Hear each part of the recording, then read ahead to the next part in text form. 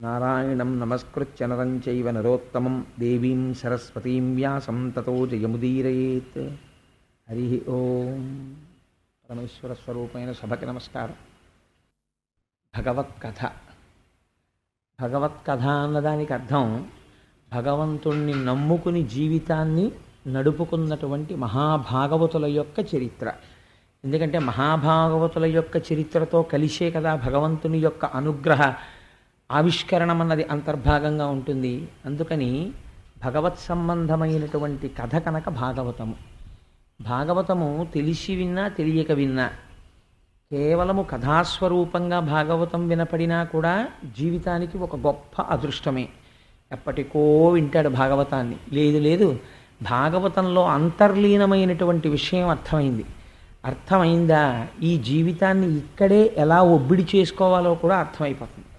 కానీ నాకైతే అనిపిస్తుంది జీవితంలో భాగవతాన్ని వినడం తటస్థించడం కొంచెం కష్టమేమో అనిపిస్తూ ఉంటుంది.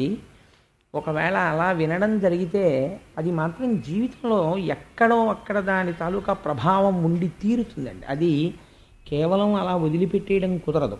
ఏదో ఒక సందర్భంలో ప్రత్యేకించి శరీరమునకు పటుత్వము తగ్గుతున్నటువంటి సమయంలో భాగవతం లోపల ధారణ చేసి ఉంటే ఒక గొప్ప పూనిక, గొప్ప ధైర్యం వస్తాయి. జీవితం ఈశ్వరాభిముఖం అవుతుంది. కాబట్టి అది ఎప్పటి నుంచో మనం పొందనటువంటి దాన్ని పొందడానికి భాగవతం తప్ప శరణ్యం లేదు. అటువంటి మహోత్కృష్టమైనటువంటి గ్రంథం.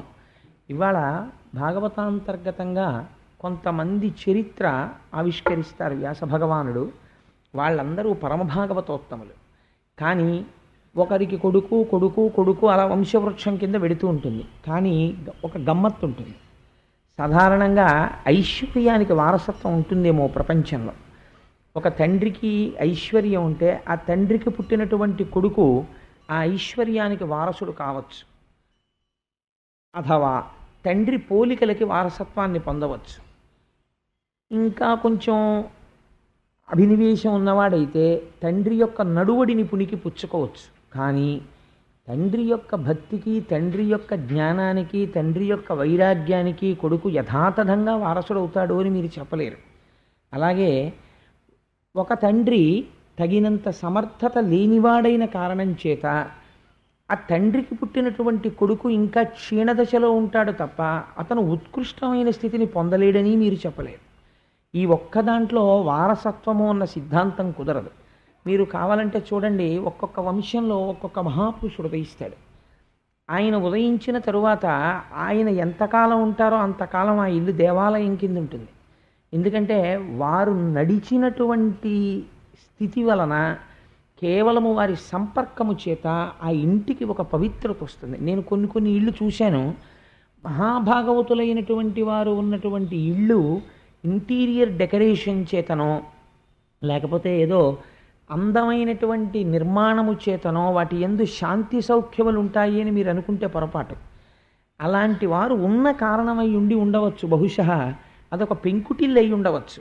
కానీ మీరు ఆ ఇంట్లోకి వెళ్ళి కాసేపు కూర్చున్నారనుకోండి, మీకు ఏదో ఒక అవ్యాజమైనటువంటి ప్రశాంతత లభిస్తుంది. లోపల దొరుకుతున్నటువంటి ఒక పెద్ద గందరగోళం నుంచి ఏదో కాసేపు ప్రశాంతత చిక్కినట్టు, ఆనందం అనుభవించినట్లు అనిపిస్తుంది. అలాగే మీరు చూడండి, కొంతమంది వ్యక్తులు ఉంటారు. వారిని మీరు దర్శనం చెయ్యగానే ఒక గొప్ప ఆనందం కలుగుతుంది. ఆ వ్యక్తితో మనకేదో అనుబంధం, అది ఏమిటో మనకి తెలియదు. వారు మాకు అన్నగారా కాదు, తమ్ముడా కాదు, బావగారా కాదు, గురువా కాదు. కానీ మరి ఎందుకు వారిని చూస్తే ఆనందం అంటే అది ఈశ్వర సంబంధము నిరంతరము పెట్టుకొని ఉండడం చేత కొంతకాలమునకు ఏమైపోతుందంటే ఆ ఈశ్వర సంబంధము వీరియందు కూడా ప్రతిఫలించి ఈశ్వర దర్శనము ఎలా జనావళికి తృప్తినివ్వగలదో అలా సాధు పురుషుల యొక్క దర్శనము కూడా అంత గొప్ప అదృష్టాన్ని కటాక్షించగలదు. ఆ నడువడి ఎలా ఉంటుందో, ఎలా దిద్దుకుంటారో, గృహస్థాశ్రమం యొక్క గొప్పతనం ఏమిటో, అందులో ఉండి ఎలా తరించారో, తరించమని చెప్పారో, తరించలేని వాళ్ళు ఎలా పాడైపోయారో, చాలా అందంగా ఎంత గొప్పగా తీసుకెడతారో ఇవాల్టి కథా విశేషంలో. అవి కథలని మీరు అనుకుంటే పొరపాటు. అవి పరమసత్యములైనటువంటి వంశానుచరితం చైవ పురాణం పంచలక్షణం. మీకు రోజు నేను ఈ మాట చెప్తుంటాను. అవి మహోత్కృష్టమైనటువంటి వంశంలో పుట్టిన మహాపురుషుల యొక్క చరిత్రలు. అందుచేత వాటి యందు అసత్యం ఉండదు. వ్యాసుడికి అసత్యమో కల్పిత కథలో చెప్పుకోవలసిన అవసరం ఆయనకి లేదు. కాబట్టి ఇవాళ వ్యాస భగవానుడు ప్రారంభం చేస్తూ అంటారు, స్వయంభూ మనువుకి 2 కుమారులు. మీకు నేను మొట్టమొదటి నుంచి చెప్పి ఈ విషయాన్ని ఆవిష్కరిస్తున్నాను. ఆయనకి 3 కుమార్తెలు, 2 కుమారులు. అందులో ప్రియవ్రతుడు, ఉత్తానపాదుడు. ఉత్తానపాదుని యొక్క చరిత్ర మీరు విని ఉన్నారు. ఇవాళ ప్రియవ్రతుని గురించి సంభాషణ చేస్తున్నారు. ప్రియవ్రతుడు జన్మతః విశేషమైనటువంటి భక్తి తత్పరుడు. అసలు జన్మతః భక్తి రావడం అనేది ఎలా వస్తుంది అంటే, దానికి ఏదో ఒక గొప్ప సంస్కార బలం ఉండాలండి, లేకపోతే అది రాదు. వృద్ధాప్యంలో భక్తి రావడం అనేటటువంటిది ఒక భీతి చేత, ఒక భయం చేత వస్తుంది. ఎందుకు వస్తుంది అంటే, ఇప్పుడు అసలు ఏమీ చదవని సోమరిపోతు విద్యార్థి ఉన్నాడు అనుకోండి, ఇంకా 6 గంటలకో 8 గంటలకో పరీక్షకి వెళ్ళిపోతున్నాడు అనుకోండి, ఆ రోజు మాత్రం మీరు పడుకోమన్నా పడుకోడు, 2కో 3కో లేస్తాడు. ఎందుకంటే ఇంకొచ్చేసింది పరీక్ష ఇంకో 4 గంటల్లో. అలాగే మృత్యువుకి భయపడైనా సరే వృద్ధాప్యమనందు పోన్లేదో ఉన్నాడో లేడో మనకి ఎందుకు వచ్చిన గొడవ అని ఏదో కొంత భక్తి ప్రకటనం అనేటటువంటిది ప్రారంభమవుతుంది. కానీ యవ్వనంలో భక్తి రావడం చాలా కష్టం అండి. ఒకవేళ యవ్వనంలో భక్తి వచ్చిందనుకోండి, అది అదృష్ట విశేషం, అది పూర్వజన్మ తపఫలం. అలా కాకుండా చాలా చిన్నతనంలో వచ్చిందనుకోండి ఎవరికైనా, దానికి ఏదో బలీయమైనటువంటి కారణం ఉండాలి. లేకుండా అది అలా చిన్నతనంలో భక్తి రమ్మంటే వచ్చేటటువంటిది కాదు. మీరు ప్రహ్లాదోపాఖ్యానం విన్నప్పుడు ప్రహ్లాదుడికి అలా చిన్నతనంలో భక్తి ఎలా వచ్చింది అన్న విశేషాన్ని విందురుగాని. ఇవాళ వ్యాసభగవానుడు ఎంత అందమైన ఆఖ్యానాన్ని ఆవిష్కరిస్తారో చూడండి. ప్రియవ్రతుడు సాక్షాత్తుగా స్వయంభూమనువు యొక్క కుమారుడు. అటువంటి ప్రియవ్రతుడు జన్మతః గొప్ప భక్తుడు. వైరాగ్య సంపత్తి చిన్నతనంలో పొందాడు. ఎందుకు ఈ భోగభాగ్యాలని? దీనికి తోడు బంగారు పళ్ళానికి గోడ చేరువబ్బినట్లు ఆయనకి నారద మహర్షి యొక్క గురుత్వము లభించింది. నారద మహర్షి వారిని గంధమాదన పర్వతం దగ్గర ఒక గుహలో కూర్చోపెట్టి జ్ఞానబోధ చేస్తూ ఉండేవారు. ఇంత జ్ఞానాన్ని పొంది, ఇంత భక్తి పొంది, ఇంత వైరాగ్యాన్ని పొందినటువంటి వాడు ఎంతటి స్వయంభౌమనువుకి కుమారుడైతే మాత్రం ఏమిటి ఆయన రాజ్యం స్వీకరిస్తాడా? స్వీకరించాడు.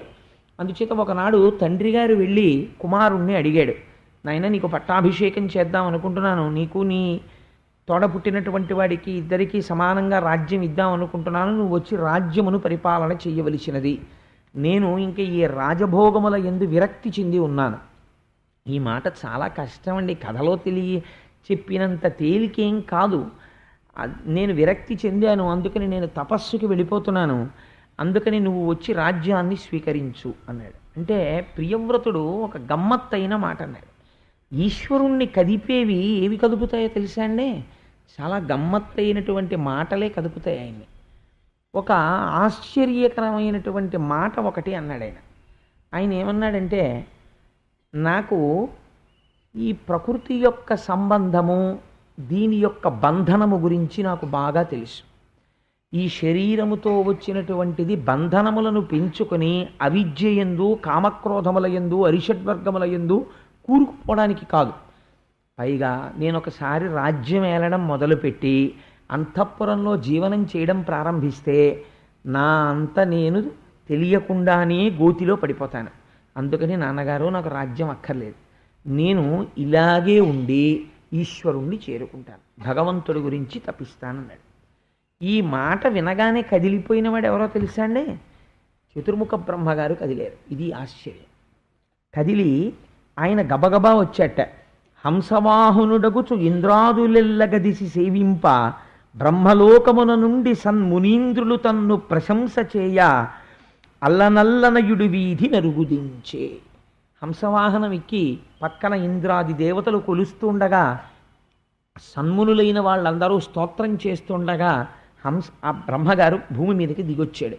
ఎందుకు రావాలి అంటే, ప్రజోత్పత్తిని చేసి రాజ్య పరిపాలన చేసి ధర్మాన్ని నిర్వహించమని స్వయంభౌమనుని చతుర్ముఖ బ్రహ్మగారు సృష్టించారు. బ్రహ్మగారు ప్రజోత్పత్తిని చేసి ఈయన ప్రియవ్రతుణ్ణి, ఉత్తానపాదుణ్ణి సృష్టించాడు. ఇప్పుడు ఈ ప్రియవ్రతుడు ఈశ్వరాభిముఖుడై వెళ్ళిపోతానంటున్నాడు, నేను సంసారమునందు ప్రవేశించనంటున్నాడు. ఇప్పుడు బ్రహ్మగారు ఊరుకున్నారనుకోండి, ఇదే లోకమున కట్టుబాటు అయిపోతుంది. అంటే గృహస్థాశ్రమమునందు ప్రవేశించడం అనేటటువంటిది అత్యంత ప్రమాదకరము కాబట్టి దాని యందు ప్రవేశించరాదు. ఒకవేళ ఎవరైనా తెలియక ప్రవేశించాడు అనుకోండి గృహస్థాశ్రమంలో, అప్పుడు ఇంకా పెళ్ళికి వెళ్ళి అక్షతలేయడం అన్నది ఏమైపోతుందంటే పరమ పాపకర్మ చూడ్డానికి వెళ్ళడం కింద అయిపోతుంది. అప్పుడు వైదికమైనటువంటి సంప్రదాయంలో వివాహం అనేటటువంటిది, సంసారంలో ఉండడం అన్నది, గృహస్థాశ్రమం అన్నది పావనం ఎలా అవుతుందండి? కాబట్టి ఇప్పుడు ఏదో అయోమయం ఉంది ప్రియవ్రతుని యందు. గృహస్థాశ్రమము అనేటటువంటిది అరిషడ్వర్గములకు నిలయము, అందుకని నేను రానంటున్నాడు. అది యథార్థమైతే ప్రియవ్రతుడు నిజంగా గృహస్థాశ్రమంలోకి ప్రవేశించలేదనుకోండి, తరించాడో తర్వాత తరించలేదో తరువాతి మాట, కానీ అది మాత్రం ఒక మహాపురుషుడు ఏది ఆచరిస్తాడో అది దేశమునకంతటికీ సంప్రదాయం అవుతుంది. తర్వాత వాళ్ళు ఏమంటారు, ఇంకా వంశం ఉత్పత్తి ఎక్కడుంటుంది? ఉత్తానపాదుడి వైపు ఉంటుంది. ఉత్తానపాదుడి వైపు ఉన్న తర్వాత వాళ్ళు మా వంశంలో ఫలానా ప్రియవ్రతుడు అసలు గృహస్థాశ్రమంలోకి వెళ్ళడానికి భయపడ్డాడు, మేమెందుకు వెళ్ళాలని వెళ్ళడం మానేశారనుకోండి, ఇంకా ప్రజోత్పత్తి ఎక్కడుంటుంది అసలు? మరి అలాంటప్పుడు ప్రజోత్పత్తి చెయ్యమని బ్రహ్మగారు స్వయంభూమనువికి చెప్పిన మాటకి విలువ ఏముంది అసలు? అసలు గృహస్థాశ్రమం అనేటటువంటి ఒక ఆశ్రమాన్ని ఎందుకు ఏర్పాటు చేసినట్టు? ఇది సత్యమా అసత్యమా? ఉండొచ్చా ఉండకూడదా? ఇందులో ఉండడం ప్రయోజనకరమేనా అప్రయోజనమా? ఇందులోకి మరి ఎందుకు ప్రవేశిస్తున్నట్టు? వైదిక మంత్రాలతో వివాహాలు ఎందుకు చేస్తున్నట్టు? ఇది సక్రమమా అక్రమమా? ఇప్పుడు నిర్ధారింపబడాలి. ఈ మాటకు అందుకు కదిలేరు చతుర్ముఖ బ్రహ్మగారు. మీరు కథగా విన్నారనుకోండి, మీకు ఆ కదలిక యొక్క అర్థం ద్యోతకము కాదు. ఇప్పుడు ఎవరి గురించి మాట్లాడుతున్నారు బ్రహ్మగారు అంటే మీ గురించి మాట్లాడుతున్నారు, నా గురించి మాట్లాడుతున్నారు, మనమందరం ఉన్న పరిస్థితిని గురించి మాట్లాడుతున్నారు. ఇలా ఉండడం ఒప్పా తప్ప తీర్పు చెప్తున్నారు బ్రహ్మగారు. ఆయన అన్నారు, కోరి వెట్కన నేను నారదుండును నీవు అందరి మీద ఈశ్వరాజ్ఞపూని అడుగకెప్పుడు చెయ్యుచున్నవారముగాన అతని యాజ్ఞ తప్పనలవి కాదు. నాయనా ప్రియవ్రత, నీ అంతట నువ్వు ఒక నిర్ణయానికి వస్తున్నావు. ఏమని? నేను సంసారములో ప్రవేశించను. నువ్వు ఒకటి ఆలోచించు, వేదము అని ఒకటి ఉన్నది. వేదము ఎవరు చెప్పారు? వేదం అంటే ఈశ్వరాజ్ఞ. ఆయన అది అపౌరుషేయము, ఒకళ్ళు రచించలేదు. ఈ వేదం ఎలా వచ్చిందంటే ఋషులైనటువంటి వారు తపస్సమాధిలో ఉండగా వారికి ఈశ్వర వాణి వినపడింది. ఈశ్వర వాణి వినపడితే వాళ్ళు వినపడినటువంటిది స్వరంతో వినపడింది. వాళ్ళకి ఏది వినపడిందో వాళ్ళు దాన్ని రాయలేదు, వ్రాయకుండా అట్టే పెట్టారు. వాళ్ళు విన్నదాన్ని వాళ్ళ శిష్యులకి వినిపించారు స్వరంతో. శిష్యులు ఆ స్వరంతో అందుకున్నారు, చెవితో విన్నారు. ఈ అందుకున్న శిష్యుడు తాను అందుకున్న దాన్ని వల్లె వేశాడు, మరుపుకి రాకుండా వల్లె వేశాడు. పొరపాట్న కాలగతిలో మంత్రంలో ఒక శబ్దం మారుతుందేమోనని ఘన జట వచ్చాయి. అందుకే మీకు శ్లోకాలకి పద్యాలకి ఘన జట ఉండవు, వేదానికే ఘన జట ఉంటాయి. ఘనాపాటి గారండి ఆయన జట చెప్తారు వినండి అంటారు.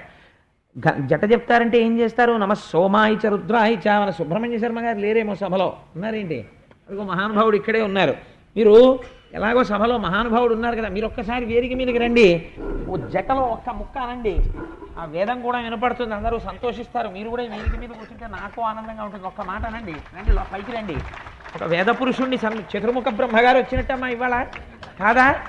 బ్రహ్మగారు వచ్చినట్లే ఒక జటలో ఒక ముక్క అనండి, వాళ్ళకి బాగా అర్థం అవుతుంది అప్పుడు.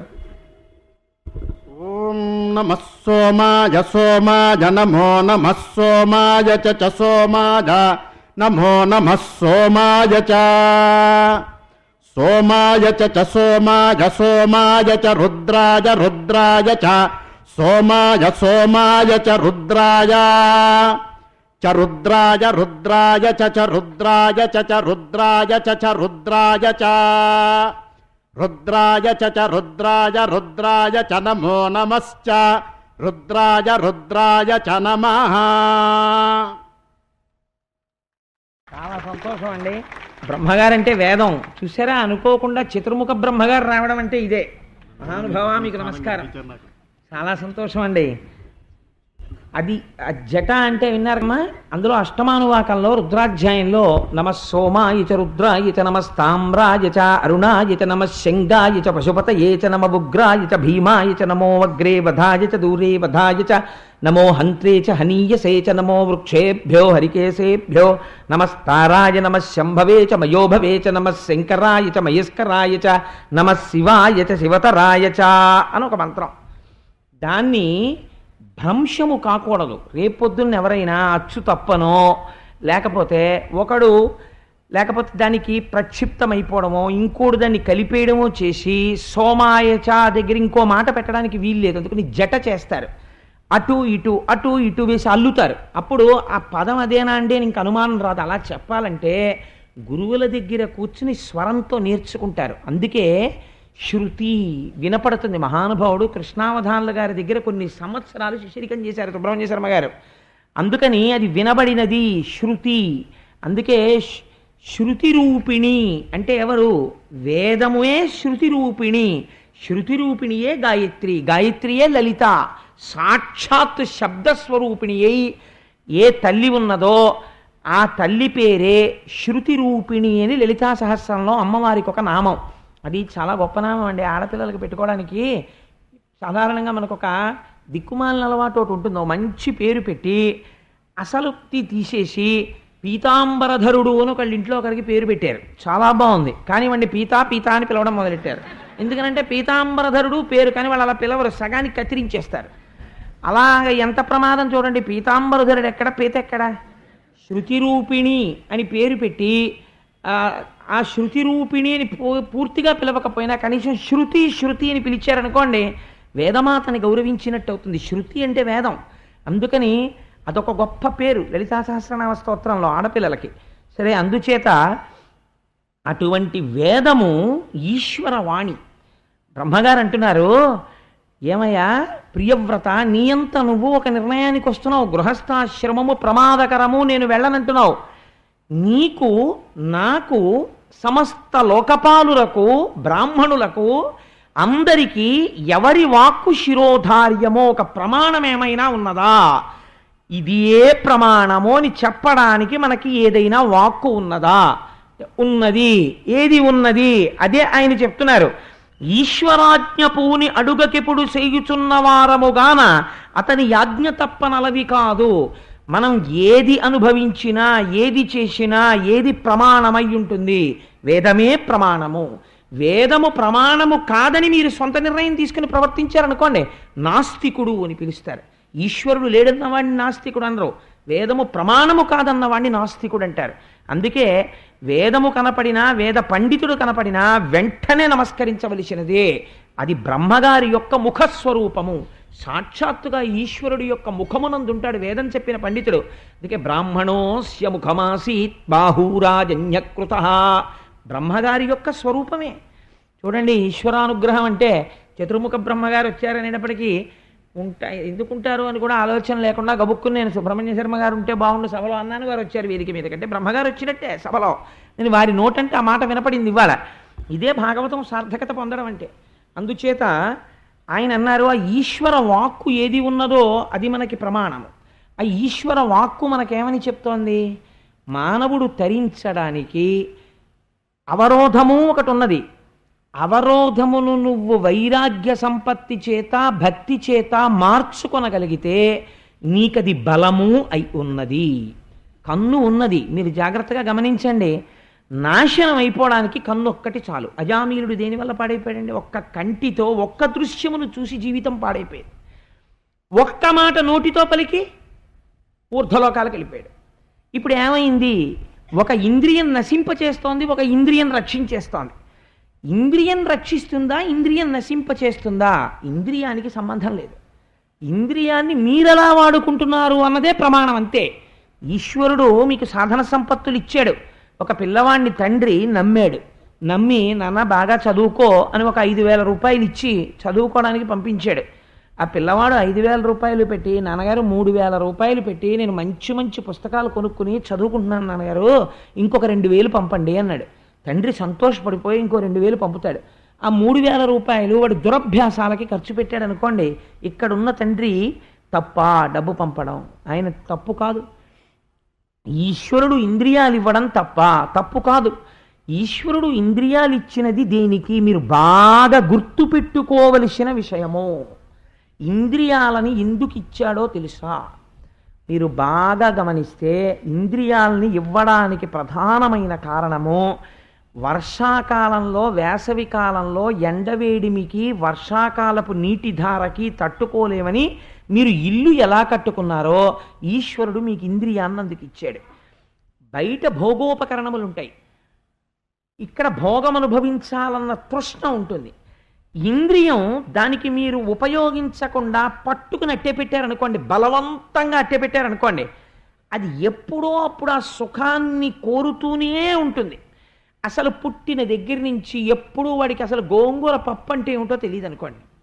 తెలియకుండా ఒక పిల్లాన్ని షడ్రుచులతో ఒక పిల్లవాడిని పెంచుతున్నారు అనుకోండి. మీరు ఊహ చేయండి. చేస్తే ఒక పిల్లవాడికి మీరు షడ్రసోపేతమైన భోజనం పెడుతున్నారు. ఒక పిల్లవాడిని ఏదో చాలా పెద్ద పండితుడిని చెయ్యాలి, వాడిని గొప్ప వైరాగ్యవంతుడిని చెయ్యాలని వాడికి మీరు రోజు చప్పిడి మాత్రమే పెడుతున్నారు. ఇప్పుడు నేను చప్పిడి పెడుతున్నాను కాబట్టి వీడు మహాపండితుడైపోతాడని మీరు అనగలరా? నేనంటాను, చప్పిడి తింటున్నవాడు షడ్రసోపేతమైన పదార్థములు తిన్నవాడి కన్నా ప్రమాదకారి కావచ్చు. ఎందుకని? వాడు రోజు షడ్రసోపేతమైన పదార్థములు తింటున్నవాడిని చూస్తున్నాడు. వాడికి లోపల అవి ఎలా ఉంటాయో అన్న కోరిక బలపడిపోతోంది. ఏదో ఒకనాడు అవి కాటు వేస్తాయి. నువ్వెంతకాలం కాపలా కూర్చుంటావు? ఎప్పుడో అప్పుడు వాడు నువ్వు చూడకుండా పప్పు అన్నం కలుపు తినేస్తాడు. ఏమవుతుంది అప్పుడు?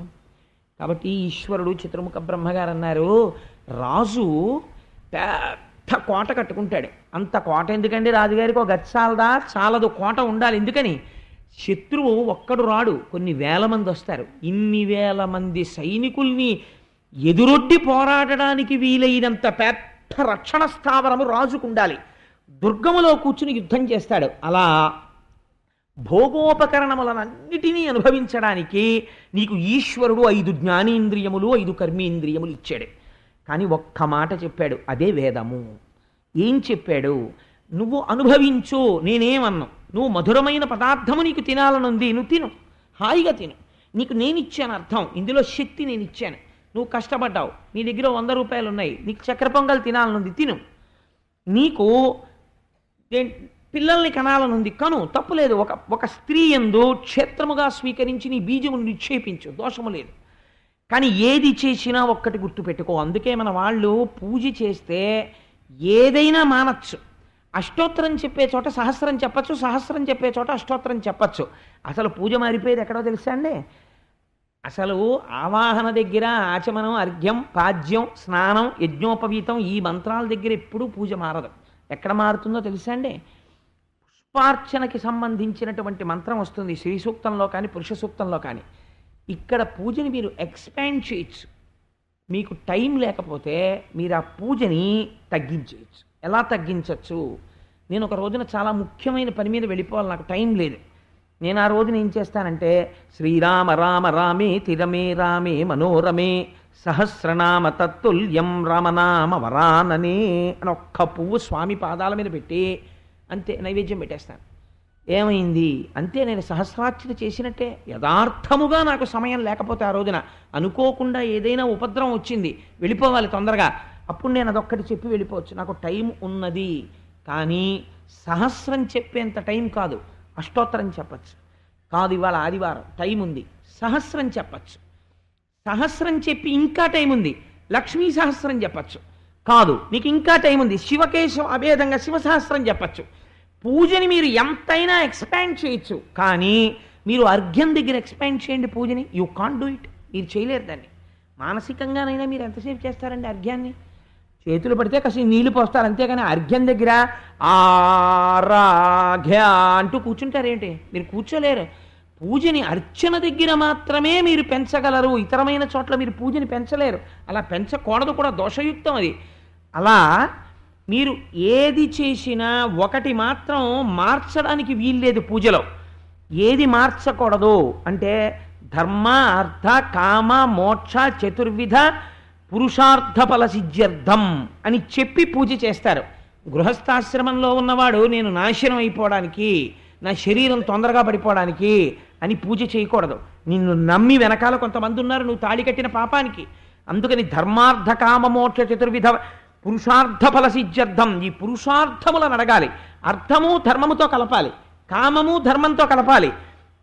అప్పుడు ఏమైంది? మోక్షం వస్తుంది. నేను తరచు ఒక మాట చెప్తుంటాను, మీకు ఒక 10 అడుగుల కర్ర తీసుకొచ్చి ఇచ్చి, లేకపోతే తేలికగా అర్థం అవడానికి ఒక 8 అడుగుల కర్ర తెచ్చిచ్చి, అయ్యా దీన్ని సమానమైనటువంటి పొడుగున్న 4 ముక్కలు చెయ్యండి అని మిమ్మల్ని అడిగారు అనుకోండి, మీరు 4 ముక్కలు చేయడానికి ఎన్ని మాటలు నరుకుతారు?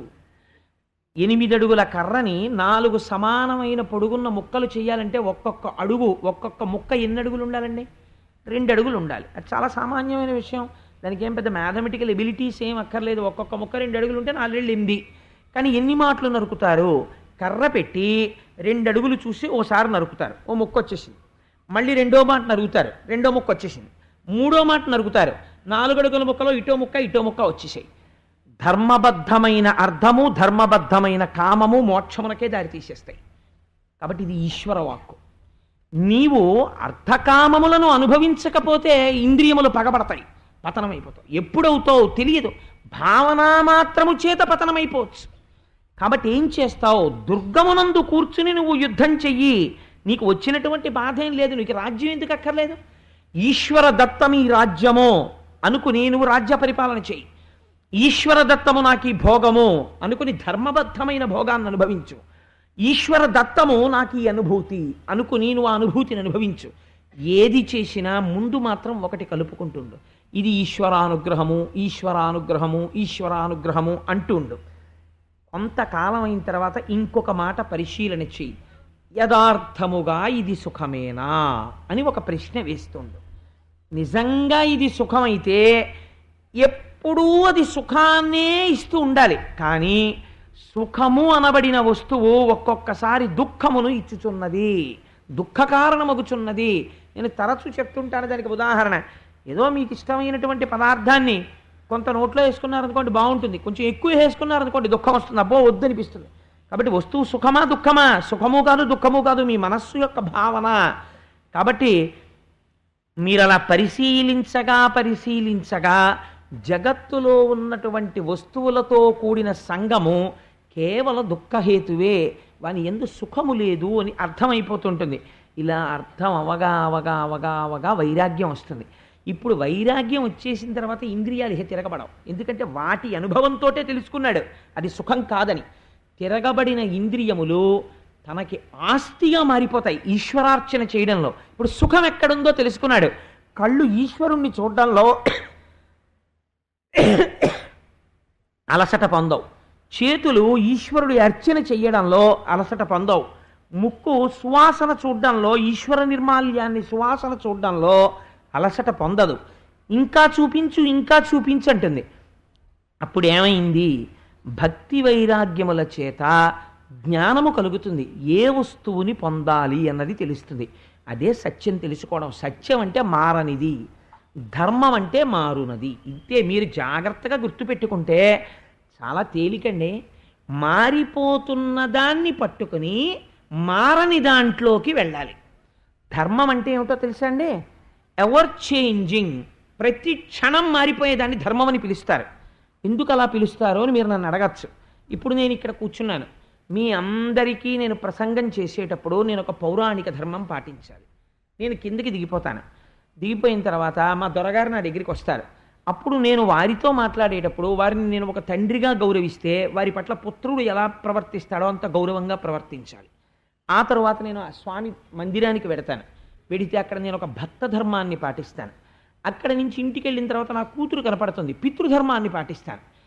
నా భార్య కనపడుతుంది, భర్తృధర్మాన్ని పాటిస్తాను. ఈ ఒక ధర్మం ఉందా? మారిపోతుంది. ఏకాదశి నాడు ఉపవాసం ధర్మం, ద్వాదశి నాడు ఎంత తొందరగా అన్నం తినేస్తే అంత పుణ్యం. యథార్థం అంతేనంటే పారణ ధర్మం ద్వాదశి నాడు తొందరగా భోజనం చేయమని చెప్పింది శాస్త్రం ద్వాదశి నాడే. కాబట్టి ఏమైంది? ఏకాదశి నాడు ఉన్న ధర్మం ద్వాదశి నాడు లేదు. భార్య ముందు ఉన్న ధర్మం తల్లి దగ్గర లేదు, తల్లి దగ్గర ఉన్న ధర్మం తండ్రి దగ్గర లేదు, తండ్రి దగ్గర ఉన్న ధర్మం ఆఫీసర్ గారి దగ్గర లేదు, ఆఫీసర్ గారి ధర్మం అతిథి దగ్గర లేదు. ధర్మం మారుతోంది. మారుతున్న ఇన్ని ధర్మాల్ని నువ్వు జాగ్రత్తగా అనుష్ఠిస్తే మారని సత్యమును తెలుసుకుంటావు. సత్యమే ఈశ్వరుడు. ఆ ఈశ్వరుడు తెలుస్తాడు. అందుకని నువ్వు ఇప్పుడు మారుతున్న ధర్మాన్ని అనుష్ఠానం చేయడానికి ఎందులో ఉండాలి? గృహస్థాశ్రమంలోకి వెళ్ళాలి. గృహస్థాశ్రమంలోకి వెళ్ళిన తరువాత నీకు వచ్చిన జ్ఞానము స్థిరమైన జ్ఞానమయ్యా. అందుకని నువ్వు అందులోకి ప్రవేశించు. నీకు వచ్చిన దోషం ఏమిటి? నీకు వచ్చిన కష్టం ఏమిటి? ఈశ్వరాజ్ఞని ఉల్లంఘించిన వాడి అవుతావు. లేకపోతే అయితే మీరు నన్ను ఒక మాట అడగచ్చు, ఏమండి మరి గృహస్థాశ్రమంలోకి వెళ్లకుండా కొంతమంది సన్యసించిన వాళ్ళు ఉంటారు, వాళ్ళందరూ తప్పు చేసిన వారా అని మీరు నన్ను అడగవచ్చు. మీరు ఒక విషయాన్ని బాగా జ్ఞాపకం పెట్టుకోండి. ఏ సిద్ధాంతమునకైనా కూడా మహాపురుషులైనటువంటి వారి యొక్క మినహాయింపులు ఉంటాయి. శంకర భగవత్పాదులు వివాహం చేసుకోకుండా సన్యసించారు. అంత మాత్రం చేత శంకర భగవత్పాదులు తప్పు చేశారని మీరు చెప్పగలరా? మీరు చెప్పలేరు. ఒక్కొక్క సిద్ధాంతానికి ఎక్కడో ఉంటారు, ఒక మహాపురుషుడో ఇద్దరు మహాపురుషులో ఉంటారు. అటువంటి వారు సర్వకాలముల యందు కూడా లోకమునందు అటువంటి అతీతమైనటువంటి స్థితి చేత తాము చేసినది నిజమే అని నిరూపించుకుంటుంటారు. అందుచేత అవి మనకి చర్చనీయాంశములు కావు, సామాన్యమైన విషయాన్ని ప్రతిపాదన చేస్తున్నాం అంతే. అందుచేత గృహస్థాశ్రమమునందు ప్రవేశించవలే. ఈ మాట చెప్తే ఆయన అన్నాడు, మహానుభావ మీరు వచ్చి ఈ మాట చెప్పారు కాబట్టి నేను తప్పకుండా గృహస్థాశ్రమంలో ప్రవేశించి రాజ్య పరిపాలన చేస్తాను. ఇది ధర్మం అంటే. పెద్దలైనటువంటి వారు వచ్చి చెప్పినప్పుడు వారి మాట వినేటటువంటి లక్షణము ఎవరికి ఉన్నదో వాడు బాగుపడతాడు. నాశనం అయిపోతున్నాడని గుర్తేమిటో తెలుసా అండి?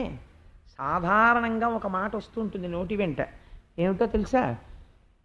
ఏమిటండి, నేను కాని తలుచుకున్నానా సాక్షాత్తుగా ఈశ్వరుడు వచ్చినా లొంగనంటాడు. ఈశ్వరుడు వచ్చినా కూడా లొంగకపోవడం నీ పతన హేతు. ఈశ్వరుడు వచ్చి చెప్తే అయా ఈశ్వరుడిలా ఎవడైనా నాకు అనిపించి చెప్పాడనుకోండి, ఏమో నేను మారచ్చు అన్నారనుకోండి, ఇంకా ఎక్కడో సంస్కార బలం మీ యందు మిగిలింది. అంటే ఎవరినో మీరు ఈశ్వరుడిగా అంగీకరించవచ్చు, వారి బోధ మీరు అనుకున్న దానికన్నా గొప్పగా అనిపిస్తే. అలా నేను వినను అని మీరు అనుకున్నారనుకోండి, అప్పుడు ఏమవుతుంది? మీ మూర్ఖత్వము ప్రకటమవుతోంది. దాని చేత మీ పతనమును కొని తెచ్చుకుంటున్నారన్న విషయం బోధపడిపోతుంది. అలా ఎవడైనా మాట్లాడారనుకోండి, వాడితో చాలా తక్కువ మాట్లాడాలి. అదొకటి. సాధారణంగా ఒక తప్పు మాట ఒకటి మాట్లాడుతుంటారు, మూడో కంటివాడికి తెలియకుండా చేయండి అంటారు. మూడో కంటివాడు ఎవరండి? మూడు కన్నులు ఉన్నవాడు త్రయంబకుడు, పరమేశ్వరుడు, పరమశివుడు. శివం అంటే ఆయన ఇక్కడే ఉన్నాడు మంగళం చేస్తూను. ఇక్కడ ఉన్నవాడికి తెలియకుండా అసలు ఈ మాట బయటికి వచ్చిందా? ముందు వాడికి తెలిసి ఎంగిలైపోయి బయటకు వచ్చింది. వాడికి తెలియకుండా చేయమంటున్నాడు అనగానే ఇదో మహాపాపం కింద రాస్తారు. కాబట్టి మూడో కంటివాడికి తెలియకుండా అన్నది ఆ మాట తప్పు. బహుశా రహస్యంగా చెయ్యి అనడానికి మూడో కంటికి తెలియకుండా అనాలేమో, కానీ వీడు మూడవ కంటివాడికి తెలియకుండా అంటుంటాడు. అపభ్రంశం అయిపోతుంది ఆ వాక్యం. అందుచేత చతుర్ముఖ బ్రహ్మగారు చెప్పినటువంటి మాటని ప్రియవ్రతుడు విన్నాడు. విని ఆయనకి తగినటువంటి ఒక భార్యని చేపట్టాడు, విశ్వకర్మ యొక్క కుమార్తె. విశ్వకర్మ అంటే సాక్షాత్తు శ్రీ మహావిష్ణువే విశ్వకర్మ అండి. ఎందుకంటే విశ్వకర్మ మనుస్త్వష్టాస్తవిష్టస్థవిరోధ్రువ, ఈ విశ్వమునంతటిని నిర్మించిన వాడెవరున్నాడో వాడికే విశ్వకర్మ అని పేరు. నీటిలో తిరిగేటటువంటి బాతు యొక్క కాళ్ళు నీటిలోకి దిగిపోకుండా బాతు యొక్క వేళ్ల మధ్యలో చర్మమును పెట్టిన వాడెవరో, భూమి మీద తిరిగే మనిషికి పట్టు దొరకడానికి వేళ్ల మధ్య చర్మము పెట్టని వాడెవడో, ఏ అమ్మ కడుపులో అటువంటి బిడ్డని రూపు చేస్తున్నవాడెవరో, ఇన్ని శిల్పాలు చెక్కుతున్నవాడెవడో వాడు విశ్వకర్మ. కాబట్టి ఇప్పుడు ఎవరా విశ్వకర్మ? విష్ణువే విష్ణుకర్మ. అందుకని ఆ విష్ణుకర్మ యొక్క కుమార్తె అయినటువంటి బర్హిష్మతి అనబడేటటువంటి ఒక స్త్రీని ఆయన భార్యగా చేపట్టాడు. వారి యందు 10 మంది కుమారులను కన్నాడు. అది వారు అగ్రీధ, ఇద్మజిహ్వ, యజ్ఞబాహు, మహావీర, హిరణ్యరేత, ఘృతపృష్ఠ, సవన, మేధాతిథి, వీతిహోత్ర, కవి అని 10 మంది కుమారుల్ని కన్నాడు. ఊర్జస్వతి అనబడేటటువంటి ఒక ఆడపిల్ల పుట్టింది. ఆడపిల్ల పుట్టడ బహుశా నాకైతే అనిపిస్తుంటుంది ఇవాళ లోకంలో నానుడి తిరగబడింది. ఎలా అంటే ఇద్దరు, ఒక ఆడపిల్ల పుట్టిందనుకోండి, ఒక మగపిల్లాడి కోసం వెయిట్ చేస్తున్నామండి అంటారు.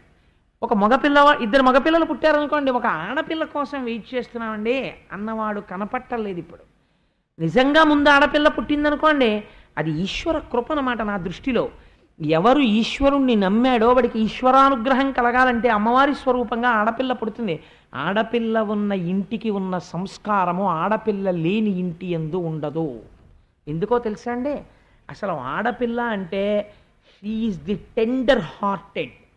ఆ పిల్లకున్నంత ఆప్యాయత, ఆడపిల్లకున్న ఆప్యాయత ఎవరికీ ఉండదండి. అన్నయ్య వస్తే ఇంటికి ఒరే అన్నయ్య, ఒరే అన్నయ్య అని మీరు ఎదర విందురుగాని దశమస్కందంలో అన్న చెమింపు మన్న తగదల్లుడుబా కాడిది మేనకోడలవు అని 1కి 10 మాటలు అన్నయ్య అన్నయ్య అన్నయ్య అన్నయ్య అని ఎన్ని మాటలు పిలుస్తారో వాళ్ళు. ఇంకసలు తమ్ముడైతే వాళ్ళ ముద్దుకు అంతూ దరి ఉండదు, అంత ముద్దు చేస్తారు. అమ్మ ఇలా పడుకుంటే కాళ్ళు ఒత్తుతారు, అమ్మ వంట చేస్తుంటే వచ్చి వంట చేసి పెడతారు. వాళ్ళకి ఎలా అర్థం అవుతుందో తెలియదు. మరి ఇంత చిన్నతనంలో అమ్మ ఏం నాన్నగారండి అలా ఉన్నారు అంటారు. అంటే కొంచెం కాస్త నీరసంగా ఉందమ్మా, కానీ ఉపన్యాసానికి వెళ్ళాలి అందుకని బయలుదేరుతున్నాను అంటే వాళ్ళకి ఏం తెలుసో చిన్న వయసులో గబగబ ఓ నిమ్మకాయ పిండేసి కాసిన పంచదార నీళ్ళు కలిపేసి నాన్నగారండి నీళ్ళు తాగెళ్ళండి అంటారు. ఎంత ప్రేమండి ఆడపిల్లకి. ఆడపిల్లతో కలిసి తిరిగిన అన్నదమ్ముడికి ఆడపిల్ల విలువ తెలిసి దాంపత్యము పరిపుష్టమవుతుంది ఆడపిల్ల హృదయం తెలుసున్నవాడు కనుక. అంటే అలా ఉండరా అండి ఆడపిల్లలు లేకపోతే నన్ను అనకండి, నేను ఆ తీర్పులని ఎందుకు చెప్తాను, నాకేం అవసరం. అందుకని ఏమో అలా ఉండవచ్చు. ఒక్కొక్క కుటుంబంలో ఆడపిల్లలు లేకపోయినా మగపిల్లలు అదృష్టవంతులు, అంత అందంగా అంత మర్యాదగా ఉన్నవాళ్ళు ఉండవచ్చు. నేను ఎందుకు కాదనాలి? అందుకని 10 మంది కొడుకుల తర్వాత ఊర్జస్వతి అనబడేటటువంటి ఆడపిల్ల పుట్టింది. దీని చేత తరించాడు. ఎంత ఆశ్చర్యమో చూడండి. ఆడపిల్లలు కన్యాదానం చేస్తే ఎన్ని చెప్పుకుంటారండి. మగపిల్లవాడికి స్నాతకం అంతా కాషనాడరు. మగపిల్లాడి స్నాతకం ఏమిటో తెలుసా అండి? అంతా కాషనాడరే, అందులో ఏమీ ఉండదు. నందీశ్రాద్ధం చేసి ఆ గురువుగారు వచ్చి అక్కడ కూర్చుని ఒరే చాలా జాగ్రత్తగా ఉండు సుమా, సత్యమే చెప్తూ ఉండు సుమా, నువ్వు గృహస్థాశ్రమంలోకి ప్రవేశించింది కామక్రోధాలకి లొంగిపోవడానికి కాదు. అతిథి దేవోభవ, ఆచార్య దేవోభవ, మాతృదేవోభవ, పితృదేవోభవ ఇన్ని మంత్రాలు చెప్పి స్నాతకము అంటే పవిత్రం చేస్తారు. చేసి అదే స్నాతకోత్సవము అని యూనివర్సిటీస్ అడాప్ట్ చేసుకున్నాయి ఆ పేరుని. ఆ స్నాతకము అన్న ఉత్సవం చేసి తండ్రి యోగ్యుణ్ణి చేసి వరుడుగా పెళ్లిపీటల మీదకి తీసుకెడతాడు. ఆడపిల్లని కన్యాదానం చేసేటప్పుడు అలా కాదండి. కన్యని కన్న తల్లిదండ్రులు ఎంత అదృష్టవంతులంటే ఒక బ్రహ్మాండమైన సంకల్పం చెప్తారు. ఇవ్వాలంటే చేసేవాళ్ళకి దాని మర్యాద తెలుసుకుందామన్న ఉత్సాహము లేదు. అన్నిటికన్నా చాలా ఉత్సాహం అంతా దేని మీద? ఫోటో మీద, వీడియో మీద. ఈ 2 గ్రసించేసాయి వైదిక ధర్మాన్ని. ఎంతసేపు తాళి కడుతూ కూడా మెడ తిరిగిపోయిన కోళ్ళ ఇలా ఉంటాడు తప్ప వాడు ఇక్కడ అయ్యో ఒక్కొక్క ముడి నా జీవన హేతు, ఈ ముడుల వలన నేను బ్రతుకుతున్నానని దాని కుంకం పెడుతూ పవిత్రతతో కట్టడే. జీలకర్ర బెల్లం పెట్టుకుంటూ ఇటు తిరిగి తలంబ్రాలు పోసుకునేటప్పుడు ఇక్కడే ఉన్నారు సుబ్రహ్మణ్య శర్మ గారు, ఎన్ని విషయాలు అడుగుతుందో కన్య. నీ వలన నాకు సంతానము కలుగుగాక, నీవు ఐశ్వర్యవంతుడవగుదువుగాక, ఇన్ని అడుగుతుంటే దేవతలు అందరూ వచ్చి అక్కడ నిలబడతారు. అప్పుడు తలంబ్రాలు పోసుకుంటారు. బ్రాహ్మణులు ఎలా చెప్పారో బ్రహ్మస్థానంలో అక్కడ ఎవరు కూర్చున్నారో వారి మాట విని అంత గౌరవంగా జరగాలి. తెలిసి తెలియని వాళ్ళు వచ్చి పోసేయి నరుపులు, వీళ్ళు పళ్ళాలు ఎత్తి పోసేసుకోవడం, ఆ తర్వాత ఏమండి పిల్లల పొట్టలేదని తిరుగుతుండడం. ఎందుకు వస్తారు? దేవతలు అవమానింపబడలేదు.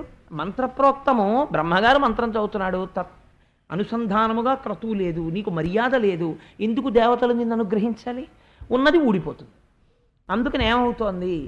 వైదిక మర్యాద రోజు రోజుకి అవమానింపబడుచున్నది. ఆడపిల్లని కన్నవాడు కన్యాదానం చేస్తే ఎంత చెప్తాడో తెలుసా అండి? ఇక్కడి నుంచి బ్రహ్మలోకానికి నువ్వు గింజలు పేర్చుకుంటూ పెడితే మళ్ళీ ఆ నువ్వు గింజలన్నీ లెక్క పెడితే ఎన్ని నువ్వు గింజలు వస్తాయో అన్ని సంవత్సరాల పర్యంతము బ్రహ్మలోక ప్రాప్తి. ఇలా ఎంత సంకల్పం చెప్తారో చెప్పి మహాసంకల్పం చెప్పి నారాయణుడిగా భావించి కన్యాదానం చేస్తాడు. ఏది కొడుకు పక్షంలో చూపించండి నాకు ఇంత అల్లరి. వాడు ఒక్కటే చేయగలడు, చచ్చిపోయిన తర్వాత గయాశ్రాద్ధం పెట్టగలడు ఓపిక ఉంటే. లేకపోతే అబ్బా నేను ఎక్కడ వెళ్ళగలండి, ఇప్పుడు గయాని వెళ్ళకపోతే నీ పిడబోయారు, ఇంకా ఎవడో నీకు చేసేవాళ్ళు లేడు.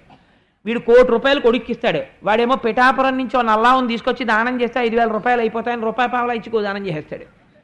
ఎంతకైనా అయిపోతుంది గోదానం, నీకు శ్రద్ధ లేకపోతే. ఆయనకే అక్కడ మాత్రం రే చూసావా ఒకసారి వెనక్కి తిరిగి చూడు, నువ్వు ఇచ్చిన దానికి వాడు కర్రావును కూడా తీసుకురాలేదురా అంటారు. వాళ్ళు వైతరిలో పడి కొట్టుకుంటాడు. సరే, అందుచేత ఆడపిల్ల వైభవం అంటే ఏమిటో చూపిస్తున్నారు చూడండి. అందుకని ఊర్జస్వతి అనబడేటటువంటి కన్యని యోగ్యుడైన వాడికి ఇచ్చి కన్యాదానం చేయాలి. అందుకని శుక్రాచార్యుల వారికి ఇచ్చి కన్యాదానం చేశాడు. శుక్రుడు గురువు, మహానుభావుడు. ఆయన సామాన్యుడు కాదండి. బృహస్పతి ఎంతటి వాడో శుక్రాచార్యుడు అటువంటి వాడు. మీరు భాగవతంలో విందులుగాని వచ్చేస్తోంది ఇంకెదరెదరా. ఒక్కొక్కసారి బృహస్పతి అంటాడు, మీ కర్మ, మీకు ఇవాళ శుక్రాచార్యుల వారి యొక్క అనుగ్రహం రాక్షసులకు ఉన్నట్టు నా అనుగ్రహం మీకు లేదు, అవతల బాగుండు అన్నాడు. ఓసారి అయితే గురువుగారు వెళ్ళిపోయాడు, కోపం వచ్చి. వెళ్ళిపోతే నాశనం అయిపోయారంతే దేవతలు. గురువు అంటే ఎలా ఉంటుందో చూపిస్తారు. శుక్రాచార్యుల వారు నమ్ముకుని బలిచక్రవర్తి ఇంద్రుడిని తరి అవతల పారేశాడు. అటువంటి వాడు శుక్రుడు అంటే సామాన్యుడు కాడు. అటువంటి మంత్రవేత్తకి ఇచ్చి వివాహం చేశాడు. ఆ శుక్రాచార్యుల వారి యందు ఆ ఊర్జస్వతికి దేవయాని అనబడేటటువంటి కుమార్తె జన్మించింది. ఆ తరువాత ఈ ప్రియవ్రతుడు గృహస్థాశ్రమం అనేటటువంటిది చాలా తక్కువ అనుకునే వాళ్ళకి వ్యాస భగవానుడు ఒక మాట చెప్తున్నాడు. ఈ ప్రియవ్రతుడు అంతఃపురంలో కూర్చుని అన్నీ చేశాడు. 10 మంది పిల్లల్ని కన్నాడు, ఆడపిల్లని కన్నాడు, ఈశ్వరానుగ్రహం అన్నాడు. అద్భుతమైన పూజ చేశాడు, ఈ పూజ చెయ్యడం ఈశ్వరానుగ్రహం అన్నాడు. భోగములను అనుభవించాడు, ఈశ్వరానుగ్రహం అన్నాడు. సింహాసనం మీద కూర్చున్నాడు, ఈశ్వరానుగ్రహం అన్నాడు. పరిపాలన చేశాడు, ఈశ్వరానుగ్రహం అన్నాడు. ఏది చేసినా భగవంతుణ్ణి తలుచుకున్నాడు. తలుచుకుంటే గృహస్థాశ్రమంలో ఉన్న ప్రియవ్రతుడు ఏ స్థితిని పొందాడో, సంసారమును వదిలిపెట్టి వెళ్ళి హిమాలయాల్లో కూర్చుని కొన్ని వేల సంవత్సరములు తపస్సు చేసినటువంటి ఒక మహాయోగి ఎటువంటి తేజస్సుతో కూడినటువంటి స్థితిని పొందుతాడో అంతటి స్థితిని పొందేశాడు. పొందేస్తే ఇప్పుడు ఆయనకు ఒక కోరిక పుట్టింది. ఏమిటో తెలుసా అంటే, చిత్రమైన కోరిక. భూమి ఆ మేరు పర్వతానికి ఉత్తర దిక్కున సూర్యుడు ఉన్నప్పుడు దక్షిణం చీకటిగా ఉంటుంది. సూర్యుడు దక్షిణ దిక్కునుంటే ఉత్తరం చీకటిగా ఉంటుంది. నేను గృహస్థాశ్రమంలో ఉండి ఈశ్వరారాధనము చేసి శ్రీ మహావిష్ణువు అనుగ్రహము చేత ఇంతటి తేజస్సుని పొందాను. ఇవాళ ఈ తేజస్సు యొక్క గొప్పతనాన్ని నాకు చతుర్ముఖ బ్రహ్మగారు చెప్పారు గృహస్థాశ్రమంలోకి ప్రవేశించమని. ఈ ఆశ్రమం యొక్క గొప్పతనం ఏమిటో లోకానికి తెలిసేటట్టు చెయ్యాలి శాశ్వతంగా. అందుకని హద్దు ఏమిటి? కాలమునకు మొదటి హద్దు 7 రోజులతో వారం ప్రారంభం అవుతుంది. 7 రోజులు నేను ఈ భూమండలమునందు చీకటి లేకుండా చేస్తాను. సూర్యుడు ఉత్తరాన ఉంటే దక్షిణాన, మేరుకి దక్షిణాన ఉన్నది చీకటిగా ఉండాలి కదా. సూర్యుడు ఎంత వేగంతో తిరుగుతాడో అంత వేగంతో అలిసిపోని రథాలనిక్కి అంత తేజోవంతమైన రథం మీద సూర్యుడు ఎంత తేజస్సుతో ఉంటాడో నేనంత తేజస్సుతో సూర్యుడు ఉత్తరాన ఉంటే దక్షిణాన్ని ఉంటాను. సూర్యుడు దక్షిణానికి వచ్చేప్పటికీ నేను ఉత్తరానికి వెళ్ళిపోతాను. అలా 7 రోజులు అవిశ్రాంతంగా తిరుగుతాను. 7 రోజులు బ్రహ్మాండముల యందు చీకటి ఉండదు. చీకటి లేకుండా అపర సూర్యుడనై తిరుగుతాను. గృహస్థాశ్రమంలో ఉండి పూజ చేసిన వాడు ఈ స్థితిని పొందగలడని నిరూపిస్తాను అని రథం ఎక్కాడు. ఇది సామాన్యమైన విషయమని మీరు ఊహించగలరా? రథం ఎక్కి సూర్యుడు అక్కడ సూర్యాస్తమయం అటువైపు అయిపోగానే ఈయన రథం మీద అక్కడికి వెళ్ళాడు. అంతే, అక్కడ వెలుతురు వచ్చేసింది. ఈయన అక్కడ 12 గంటలు తిరిగాడు. అక్కడ అంతా వెలుతురుంది. మళ్ళీ సూర్యుడు అటు వచ్చేటప్పటికి ఇటు చీకటి వైపు ఈయన వచ్చాడు. అలా 7 రోజులు మేరువు చుట్టూ ప్రదక్షిణం చేశాడు. 7 రోజులు బ్రహ్మాండమునందు భూలోకమునందు చీకటి లేదు, వెలుతురే ఉంది. అంటే అసలు చీకటన్న దాన్ని లేకుండా చేశాడు అపర సూర్యుడై. ఎవరు? ప్రియవ్రతుడు. ఎలా? గృహస్థాశ్రమమునందు ఉండి. ఇది చేస్తేట ఆయన 7 సార్లు భూమికి మేరువుని చుట్టి ప్రదక్షిణం చేస్తుంటే ఆయన రథపు జాడలు పడ్డాయిట. ఈ జాడలు పడిన చోటికి వచ్చి 7 సార్లు ప్రదక్షిణంలో 7 జాడలలోకి వచ్చి 7 సముద్రాలు నిలబడ్డాయి. ఆ లోతుగా పడినటువంటి చారికెల్లో అవే లవణ సముద్రము, ఇక్షు సముద్రము, సురా సముద్రము, దధి సముద్రము, మండోర సముద్రము, శుద్ధోర సముద్రము, ఘృత సముద్రము. తదనంతరము ఈయన ఇలా రథపు గాడి పడుతుంటే గాడికి మధ్యలో ఎత్తుగా భూమి నిలబడింది. అటు నీరు ఇటు నీరు, అటు సముద్రం ఇటు సముద్రం, మధ్యలో ద్వీపాలు ఏర్పడ్డాయి. ఇలా 7 ద్వీపములు ఏర్పడ్డాయి. మనం ఇవాళ సంకల్పం చేస్తే జంబూ ద్వీపే భరతవర్షే అని చెప్తాం. ఇవి ఎక్కడివో తెలుసా అండి? మహానుభావుడు ప్రియవ్రతుడు తిరిగినప్పుడు ఏర్పడిన ద్వీపాలు. ఆ రథపు గాడి మధ్యలో ఏర్పడ్డాయి. జంబూ ద్వీపము, ప్లక్షద్వీపము, శాల్మలి ద్వీపము, కుశద్వీపము, క్రౌంచద్వీపము, శాఖద్వీపము, పుష్కర ద్వీపము. ఇది విన్నంత మాత్రం చేత పాపాలు తొలగిపోతున్నాయన్నారు. అటువంటి ద్వీపములు 7 ద్వీపములు ఏర్పడ్డాయి, 7 సముద్రములు ఏర్పడ్డాయి. అటువంటిది సాధించి ఇది చెయ్యవలసింది. ఇంత సాధించిన తరువాత ఇంకా సంసారంలో ఉందామని ప్రియవ్రతుడు అనుకోలేదట. పిల్లలు పెద్దవాళ్ళు అయిపోయారు, పట్టాభిషిక్తులవ్వడానికి కావలసినటువంటి యోగ్యతని సాధించుకున్నారు. అందుకని ఆయన అనుకున్నట్ట, నేను ఎందుకు ఉండాలి ఇంక సంసారంలో, ఇంకా నేను ఇప్పటిదాకా అనుభవించినటువంటి భోగముల వలన కలిగినటువంటి సుఖము ఏది ఉన్నదో ఆ సుఖము తాత్కాలికము, దేని వలన ఈ సుఖములు కలిగాయో అది శాశ్వతము. ధర్మానుష్ఠానము వలన సత్యమును తెలుసుకున్నాడు. ఆ సత్యమునందు నేను లీనమైపోతానని ప్రవృత్తి మార్గంలోంచి నివృత్తి మార్గంలోకి వెళ్ళిపోయాడు. భార్య వంక చిట్ట చివర ప్రియవ్రతుడు వెళ్ళిపోతున్నప్పుడు చూసిన చూపుట ఒక శవాన్ని చూసినట్టు చూసి వెళ్ళిపోయాడు. ఎంత గొప్ప మాట పోతన గారు వాడారో తెలుసా అండి? సంసారం అంతా ఎందులోంచి వచ్చింది? భార్యలోంచి. అంటే అంతటి నివృత్తి ధర్మాన్ని, అంతటి వైరాగ్యాన్ని పొందేశాడు. ఆఖరణ పొందేసి అరణ్యములకు వెళ్ళి ఘోరమైనటువంటి తపమాచరించి తనలో ఉన్నటువంటి తేజస్సుని ఈశ్వర తేజస్సుతో కలిపి మోక్షాన్ని పొందేశాడు. చతుర్ముఖ బ్రహ్మగారు చెప్పినది సత్యమా అసత్యమా విని నీవు దాన్ని అనుష్ఠాన పర్యంతమునకు తెచ్చుకోగలిగితే గృహస్థాశ్రమమునందు నీవు సాధించలేనిదేది. ఇది ఈ విషయం చెప్పి, ఒక తండ్రి ఇలా ఉంటే తండ్రి కొడుకు ఎలా ఉండాలి? కాబట్టి ఇంతటి తేజోమూర్తి యొక్క కొడుకులు కూడా అలా ఉండాలి అని మనం భావిస్తాం. ఇదే నేను ఉపన్యాసానికి ఉపోద్ఘాతంలో చెప్పింది. సాధారణంగా ఆధ్యాత్మిక సంపత్తి అనేటటువంటిది మాత్రం వారసత్వంగా రాదు. ఒక్కొక్క ఇల్లు చూడండి, ఒక్కొక్క మహాపురుషుడు ఉండడం వల్ల అది దేవాలయం అయిపోతుంది. దేవాలయానికి ఎలా వెడుతుంటారో వస్తుంటారో ఆ ఇంటికి అలా వెడుతుంటారు వస్తుంటారు జనం, అంతూ దరి ఉండదు. కొంతకాలం అయిపోయిన తర్వాత కాలగతిలో ఆ మహాపురుషుడు వెళ్ళిపోతాడు. ఆ పురుషుడి తేజస్సుతో కూడుకున్న వాళ్ళు, ఆయనతో ఉన్న వాళ్ళందరూ ఉంటారు, ఎవ్వరు వెళ్ళరు ఇంకా ఇంటికి. ఆ ఇంటికి వచ్చేవాడు ఒక్కడు కనపడడు. ఎందుకని? ఆ ఐశ్వర్యము వారితో వెళ్ళిపోయింది. వారికి ఎక్కడొచ్చింది ఐశ్వర్యం? ఈశ్వరుని యొక్క అనుసంధానము చేత వారికి ఐశ్వర్యం వస్తోంది. కాబట్టి ఒక తండ్రికి ఉన్నటువంటి ఆధ్యాత్మిక సంపదకి కొడుకు వారసుడు కాగలడా? చెప్పలేం. కాబట్టి ఇప్పుడు ఇది తీర్పు చెప్పాలి. ఎంత అందంగా చెప్తాడో చూడండి వ్యాసుడు. రాజ్యమునకు ఆధిపత్యం వహించాడు అగ్నిధ్రుడు, పెద్ద కొడుకు.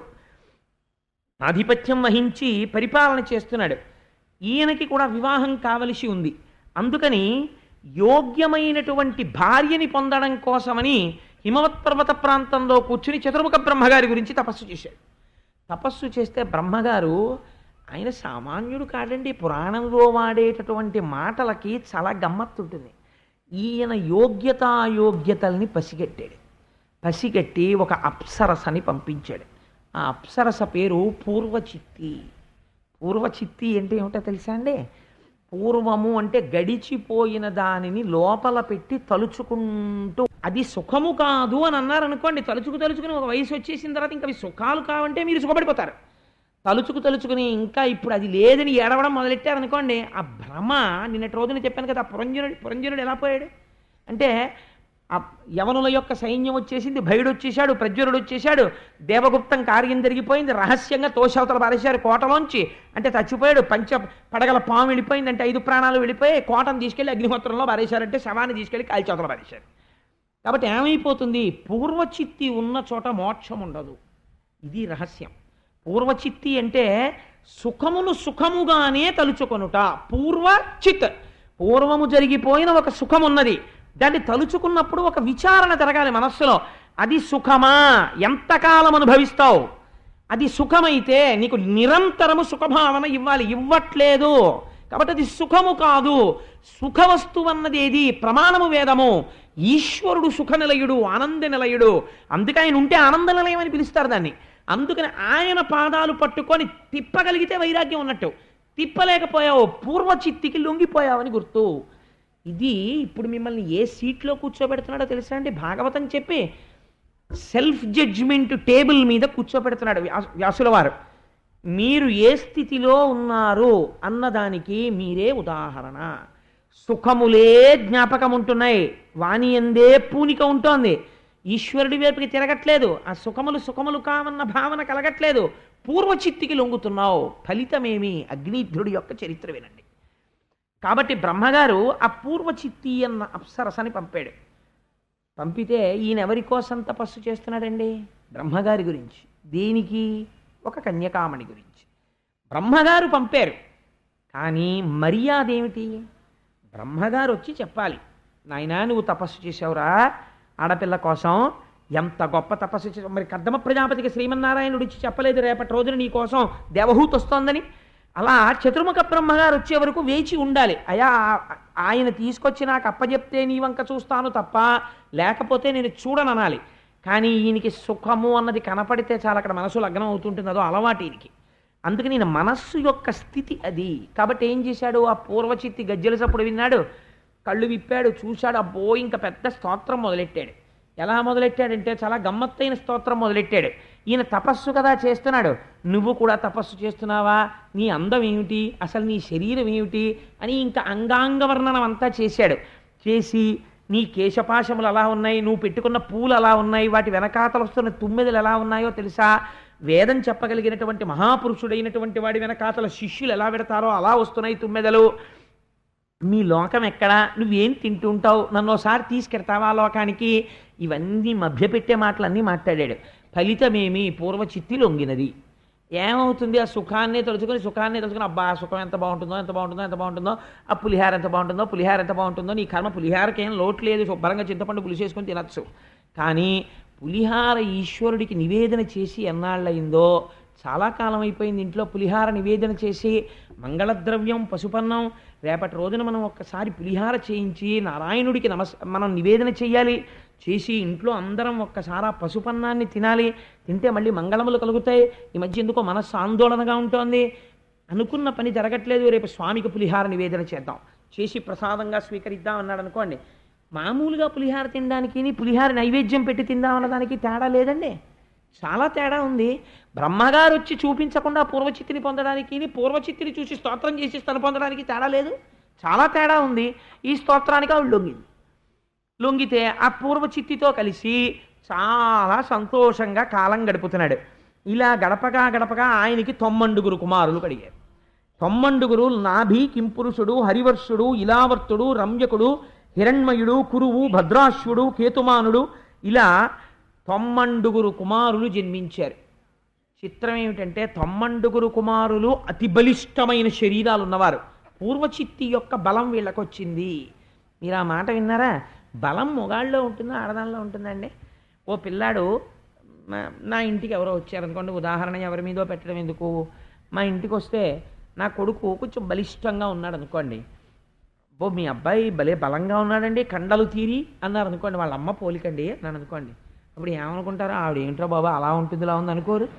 అసలు ఆ మాట ఎవరైనా అంటారంటే నిజంగా ఉన్నారనుకోండి, వాళ్ళ అమ్మగారు పోలికండి భలే బలంగా ఉన్నారు పిల్లలు అంటారా? అంటే తండ్రి బలహీనుడైతే అనొచ్చు, వీడికి వచ్చిన రోగం ఏమిటి, అగ్నిధ్రుడికి వీడు శుభ్రంగా బలంగా ఉన్నాడే, మరి పాపం తల్లి పోలికి వచ్చింది బలం అనడం ఏమిటి అంటే, నువ్వు ఇస్తే బలమే పూర్వచిత్తికి. అస్తమానం జరిగిపోయిన సుఖాలని గుర్తు తెచ్చుకోవడమే పనిగా పెట్టుకుంటే వాటికి ఉన్నంత బలం దేనికి లేదు, మళ్ళీ అట్టే తిప్పుతాయి భోగాల వైపు. విస్మరించగలిగితే అది సుఖమా అని ఒక ప్రశ్న వెయ్యగలిగితే వైరాగ్యమై పూర్వచిత్తి నీరసపడుతుంది, లేకపోతే పూర్వచిత్తికి నీరసం రాదు. ఆ బలమే పిల్లలకు వచ్చింది. అంటే స్మృతులు తిరుగుతూనే ఉంటున్నాయి. అగ్నిధ్రుడికి పేరు అగ్నిధ్రుడు, లోపల పూర్వచిత్తికి లొంగినవాడు. ఎంత చిత్రమో చూడండి. ఎవరి కొడుకు? ప్రియవ్రతుడి కొడుకు. ఏమి ఇది పొందగలిగాడండి, ఎటువంటి ఏం వారసత్వం పొందాడు తండ్రి దగ్గర?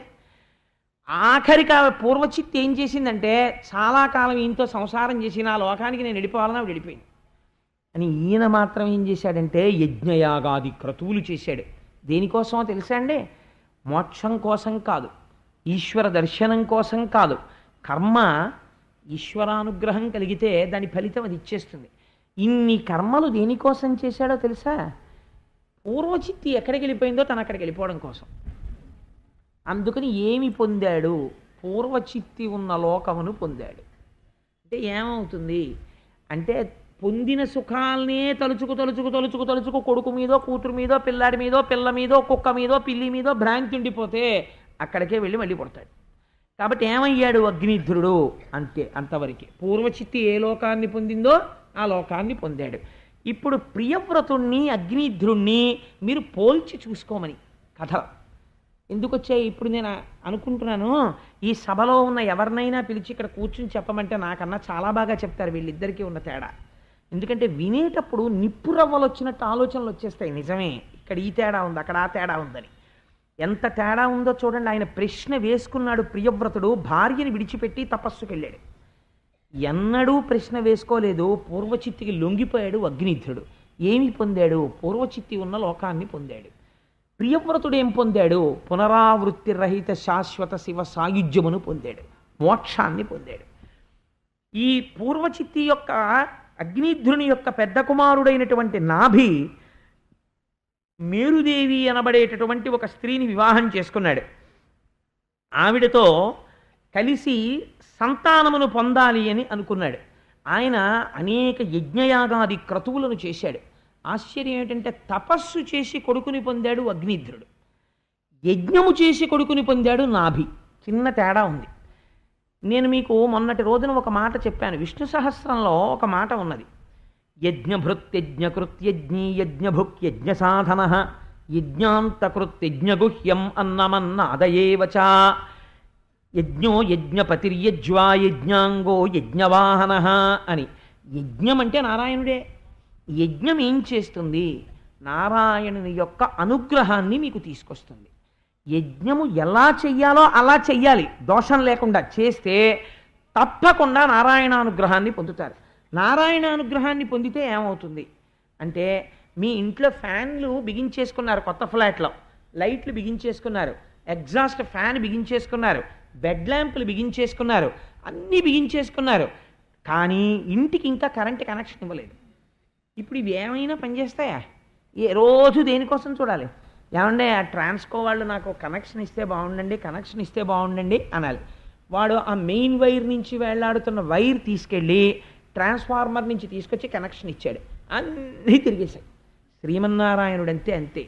ఈ జగత్తుకంతటికీ సృష్టికర్త, స్థితికర్త, ప్రళయకర్త అన్నీ ఆయనే.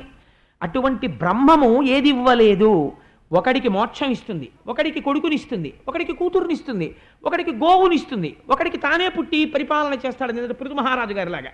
కాబట్టి ఇప్పుడు ఆయన ఏమి ఇవ్వగలడు? ఏమైనా ఇవ్వగలడు. కాబట్టి ఇప్పుడు ఆయన యొక్క అనుగ్రహాన్ని పొందాలి. ఏం చెయ్యాలి? యజ్ఞము చెయ్యాలి. కాబట్టి ఈయన ఏం చేశాడు? కొడుకు కోసం యజ్ఞం చేశాడు. యజ్ఞం చేస్తే ఆ యజ్ఞమునకు ప్రీతి చెందాడు భగవానుడు. ఈయనకి వచ్చినటువంటి రాజ్యము పేరు అజనాభము అని పిలిచారు. నాభి పరిపాలించాడు కాబట్టి. ఈయన చేసినటువంటి యజ్ఞమునకు సంతసించి శ్రీ మహావిష్ణువు ప్రత్యక్షమయ్యారు. ప్రత్యక్షమైతే ఒక ఆశ్చర్యకరమైనటువంటి సంఘటన జరిగింది. అక్కడ యజ్ఞం చేయిస్తున్నటువంటి వాళ్ళని ఋత్విక్కులు అంటారు. వీళ్ళందరూ లేచి నిలబడ్డారు శ్రీమన్నారాయణ దర్శనం కలగగానే. నాభి కూడా లేచి నిలబడ్డాడు. నిలబడి ఒక మాట అన్నాడు. స్వామి, నువ్వు పరాత్పరుడవు, నీకు ఆది అంతము రెండూ లేవు, సృష్టి స్థితి లయ మూడింటిని చేసేవాడివి నువ్వే. అటువంటి నిన్ను వర్ణించడానికి వాక్కు ఎలా సరిపోతుంది? అసలు వాక్కు ఒక పరిచ్ఛిన్నమైనటువంటి స్వరూపం, నువ్వు అనంతమైన స్వరూపం. ఈ వాక్కు కూడా ఎవరి వల్ల వస్తుంది? నీ వల్ల వస్తోంది. నీ వల్ల వస్తున్న వాక్కు నిన్ను ఎలా వర్ణిస్తుంది? అందుకని వర్ణించలేదు. అందుకని నేను ఒక్క మాట అంటాను, నమో నమః అంతే, నీకు నమస్కారము అంటాను. కాబట్టి కానీ నిన్ను నేను ఎందుకింత యజ్ఞం చేసి ఆరాధన చేశాను? ఒక కోరికతో ఆరాధన చేశాను. కానీ నేను ఇప్పుడు ఈ కోరిక కోరితే నువ్వు నవ్వుతావు. ఎందుకు నవ్వుతావో తెలుసా? ఒక మహాధనికుడైనటువంటి వాడి యొక్క దర్శనాన్ని అపేక్షించి ఒక వ్యక్తి కొన్ని రోజుల పాటు తిరిగాడు. అయ్యా ఒక్కసారి జమీందార్ గారిని కలుసుకోవాలండి, జమీందార్ గారిని కలుసుకోవాలండి అని. ఆఖరికి అక్కడ ఉన్నటువంటి సేవకులు వెళ్ళి చెప్పారు, అయ్యా పేద బ్రాహ్మణుడండి, 3 నెలల నుంచి మీ దర్శనం కోసం తిరుగుతున్నాడు, ఒక్కసారి దర్శనం ఇస్తే బాగుంటుందన్నారు. అయ్యో పేద బ్రాహ్మణుడా, కాబట్టి ఏదో కోరికతో వచ్చి ఉంటాడు, తప్పకుండా ప్రవేశపెట్టండి అనుకున్నాడు. అంటే జమీందార్ గారు ఏదడిగినా ఇద్దాం అనుకున్నాడు. ఆయన్ని పిలిచి, అయ్యా నేను మీకు ఏం చేయగలను చెప్పండి, మీరేమి ఆలోచించక్కర్లేదు, మీరు ఏమడిగితే అది నేను ఇస్తాను తప్పకుండా అన్నాడు. అంటే ఆ బ్రాహ్మణుడు అన్నాడు, నాకు ఒక దోషుడు ఊక ఇప్పించండి అన్నాడు. జమీందార్ గారు ఆశ్చర్యపోయి ఆయనకు దోషుడు ఊక ఇవ్వండి అన్నాడు. వాడు ఊకటు పోయాడు. ఏమైంది దీనివల్ల అంటే, ఆ బ్రాహ్మణుడు ఉన్నప్పుడు ఏమని పిలవాలి? మూర్ఖుడు అని పిలవాలి. 3 నెలలు తిరిగి జమీందారు గారి దర్శనం చేసుకుని దోషుడు ఊకడగడం ఏమిటండి? ఇంత కష్టపడి యజ్ఞం చేసి శ్రీమన్నారాయణుడు ప్రత్యక్షం అడిగితే మోక్షం అడగడం మానేసి నాకు కొడుకునియ్యేని నిన్ను నేను అడిగితే ఒక ధనికుణ్ణి ఊక అడిగినటువంటి బిచ్చగాడితోనే సమానం కాదు అయినా నేను అదే అడుగుతాను. అంటే మీకేమర్థమైంది? గృహస్థాశ్రమం పట్ల నాభికి ఉన్న గౌరవం అటువంటిది. తను ఒక కొడుకుని కంటే తప్ప పితృరుణం నుంచి తాను విముక్తుడు కాడు. కానీ ఆ కొడుకు తనని ఉద్ధరించేటటువంటి కొడుకు కావాలి. అందుకని ఇంకా ఆ విషయంలో సందేహం లేకుండా ఉండాలంటే ఈశ్వరుడి దగ్గర చమత్కారం ఉంటుంది. నాకు మంచి ఉత్తముడైన కొడుకుని ప్రసాదించు అన్నారనుకోండి. ఓసారి మృకండ మహర్షి అడిగారు అలాగా, అల్పాయుర్దాయం ఉన్న ఉత్తముడు కావాలా, దీర్ఘాయుర్దాయం ఉన్న మహాపాపి కావాలా అన్నాడు. ఎందుకు వచ్చిన గొడవ? అందుకు నేను తెలివైన పని చేశాడు నాభి. ఈయనన్నాడు, ఈశ్వరా నీకు ఒక లక్షణం ఉన్నది, యజ్ఞమునకు లొంగి నువ్వు కనబడ్డావని నేను అనుకోవట్లేదు, యజ్ఞమునకు ప్రీతి చెంది. ఆ మాట నేనంటే దోషం. ఎందుకో తెలుసా? నీ యందు ఒక గుణం ఉన్నది. పరమభక్తితో పరమ ప్రీతితో తెచ్చి ఒక నీటి చుక్క ఇలా పోస్తే నువ్వు లొంగిపోతావు. ఒక తులసి దళాన్ని తీసుకొచ్చి ఇలా అర్పిస్తే నువ్వు లొంగిపోతావు. నిజమే, వరాహ పురాణంలో ఈశ్వరుడు ప్రతిజ్ఞ చేశాడు, ఏకేన తులసి మాత్రదలేనాపి నరోత్తమ పూజయేద్భక్తి భావేనా సంరక్షామి ఇతి మత్పణః అన్నాడు. పరమభక్తితో ఒక్క తులసి దళాన్ని తెచ్చి నా పాదాల మీద ఎవరు వేస్తున్నారో వాళ్ళకి నేను లొంగుతున్నాను అన్నాడు ఆయన. అందుకని నువ్వు లొంగేటటువంటి స్వభావం ఉన్నవాడివి, భక్తికి వశుడు అవుతావు. అందుకని నువ్వు నాకు కటాక్షించడానికి కారణం నా యందు ఉన్నటువంటి భక్తిని నువ్వే ప్రచోదనం చేసి నాకు దర్శనమిచ్చి నన్ను ఉద్ధరించావు. ఇంతగా భక్తికి లొంగేవాడివి కాబట్టే నిన్నో కోరిక కోరుతున్నాను, నీలాంటి కొడుకునోడిని నాకు ఇయ్యి అన్నాడు. అంటే అక్కడ ఉన్న ఋత్విక్కులు అన్నారు, ఈశ్వరుడు అలా ఇవ్వగలిగిన వాడే అని. మీరు ఒక మాట చూడండి, ఆశీర్వచనం చేస్తుంటారు. ఏదో పశ్చిమ దిక్కున ఉన్నటువంటి వరుణ ప్రసాదాత్ ఆయురారోగ్యైశ్వర్యాభివృద్ధిరస్తు అంటారు. అంటే పక్కన కూర్చున్న వాళ్ళు తథాస్తు అంటారు. ఎందుకండి వీళ్ళండం ఎందుకు? అన్న ఆయన అన్నాడు కదా, ఆశీర్వచనం చేశాడు కదా, వరుణుడి యొక్క అనుగ్రహము చేత నీకు ఏదో ధనధాన్య సమృద్ధి కలుగుగాక అన్నాడు. ఆల్ రైట్, సరిపోయింది, అక్కడతో ఆశీర్వచనం అయిపోయింది. ఆయన దగ్గర శిష్యరికం చేసేవాడు ఒక ఆయన కింద కూర్చుని తథాస్తు అంటుంటాడు. మన సత్యనారాయణ వ్రతంలో చూశారు కదా మీరు. దీనికి వెలిడిటీ ఎక్కడుంది? అలా ఎందుకంటారండి? పెద్ద ఆయన చేసిన ఆశీర్వచనం కన్నా ఈ పిల్లాడు కూర్చుని తథాస్తు అన్నది గొప్ప మాట. అలా ఎందుకు తథాస్తు అనడం? అంటే అదే రహస్యం. ఏమిటో తెలుసా అండి? ఈయన ఒక మాట అన్నాడు, ఇప్పుడు ఎవరివ్వాలి? వరుణుడు ఇవ్వాలి. వరుణుడు నీకట్లు ఇచ్చుగాక అని ఈయన అన్నాడు. ఈ ఆశీర్వచనం నిజమే. నువ్వు భక్తితో చేసి ఉంటే ఈశ్వరుడు అలా ఇచ్చి నీకు లొంగిపోయేవాడే. ఈయన చెప్పింది కరెక్టే, తథాస్తు ఈయన అంటాడు. అంటే ఏంటి? నీకేం అనుమానం అక్కర్లేదు, నువ్వు భక్తితో చేసి ఉంటే నీకు అనుగ్రహం వచ్చేస్తోంది. ఇప్పుడు ఇది ఎవరికి బైండింగ్? ఈశ్వరుడి మీదకి వెళ్ళి చుట్టుకుంటుంది. ఈయన తథాస్తు అన్నాడు అనుకోండి, ఇప్పుడు ఆయన తప్పుకున్నాడు అనుకోండి, బ్రాహ్మణ వాక్యాన్ని దాటాడు. ఆయన ఏదైనా చేస్తాడు కానీ బ్రాహ్మణ వాక్కు దాటాడు. ఎందుకని? బ్రాహ్మణోస్య ముఖమాసీత్, వేదము తెల్లవారితే పోషింపబడేది వాళ్ళ వల్లే. అందుకని ఏమవ్వాలి? వాళ్ళు తథాస్తు అన్నారు. కాబట్టి ఇక్కడ ఎవరైనా నిజంగా భక్తితో కూర్చున్నవాడైతే ఉత్తర క్షణం వాడికి అనుగ్రహం కలిగిపోతుంది. ఆయన అన్నాడు, నువ్విటువంటి స్తోత్రం చేసినందుకు లొంగాలో, ఈ ఋత్విక్కులు నువ్వు అడుగుతున్నప్పుడు తథాస్తు అన్నందుకు లొంగాలో, కానీ నేను లొంగవలసిందే. ఎందుకనంటే నేను నిన్ను ఏం స్తోత్రం చేయగలను, నమో నమః అని మొదలెట్టి నన్ను ఎంత గొప్పగా ఇరికించావోయ్ నాభి, చాలా గొప్ప కోరిక కోరావు.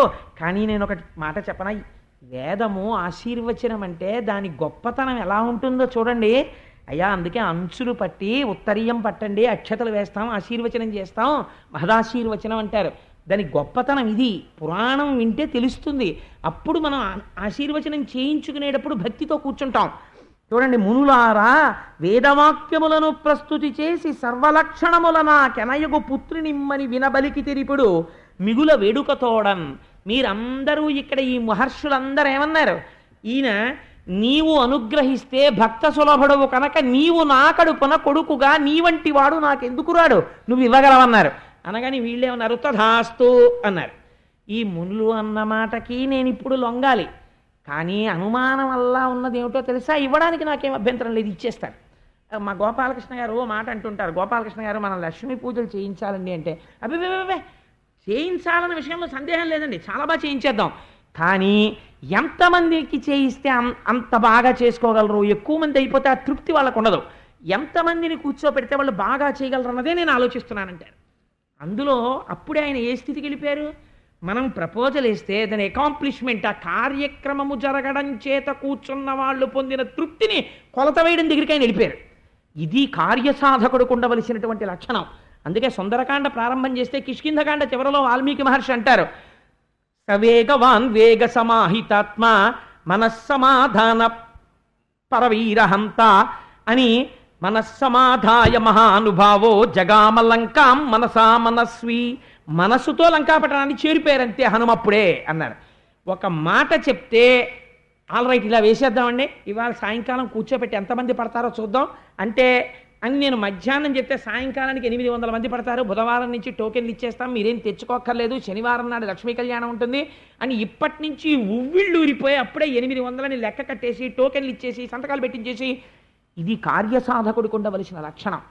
కాబట్టి ఇప్పుడు నువ్వు అడిగినట్టు నేను కోరిక తీర్చేస్తాను, కానీ నేను ఆలోచిస్తున్నది ఏమిటో తెలుసా? ఒకటే ఆలోచిస్తున్నాను, నాకాది లోకములలో నాకుం సరివచ్చునట్టి నందను ఎటునాలోకింపనులేరు, కావున నాకుం సరి నేన కామనమున ఎరుగుడి.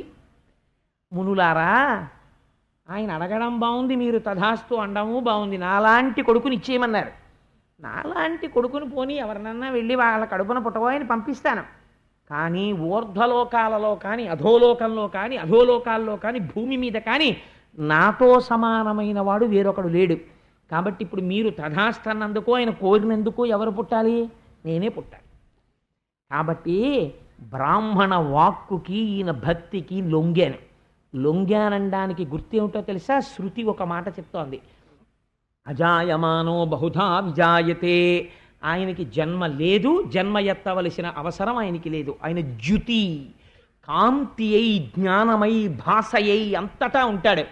భక్తికి ఎంత లొంగాడు అంటే, నేను ముందు ఆ నాభి తినేటటువంటి ఆహారంలోంచి నాభిలోకి వెడతాను, నాభి జీర్ణం చేసుకున్న తర్వాత నాభి యొక్క వీర్యకణములను ఆశ్రయిస్తాను, నాభి యొక్క తేజస్సుగా నాభిలోంచి నాభి యొక్క భార్య అయినటువంటి మేరుదేవిలోకి వెడతాను.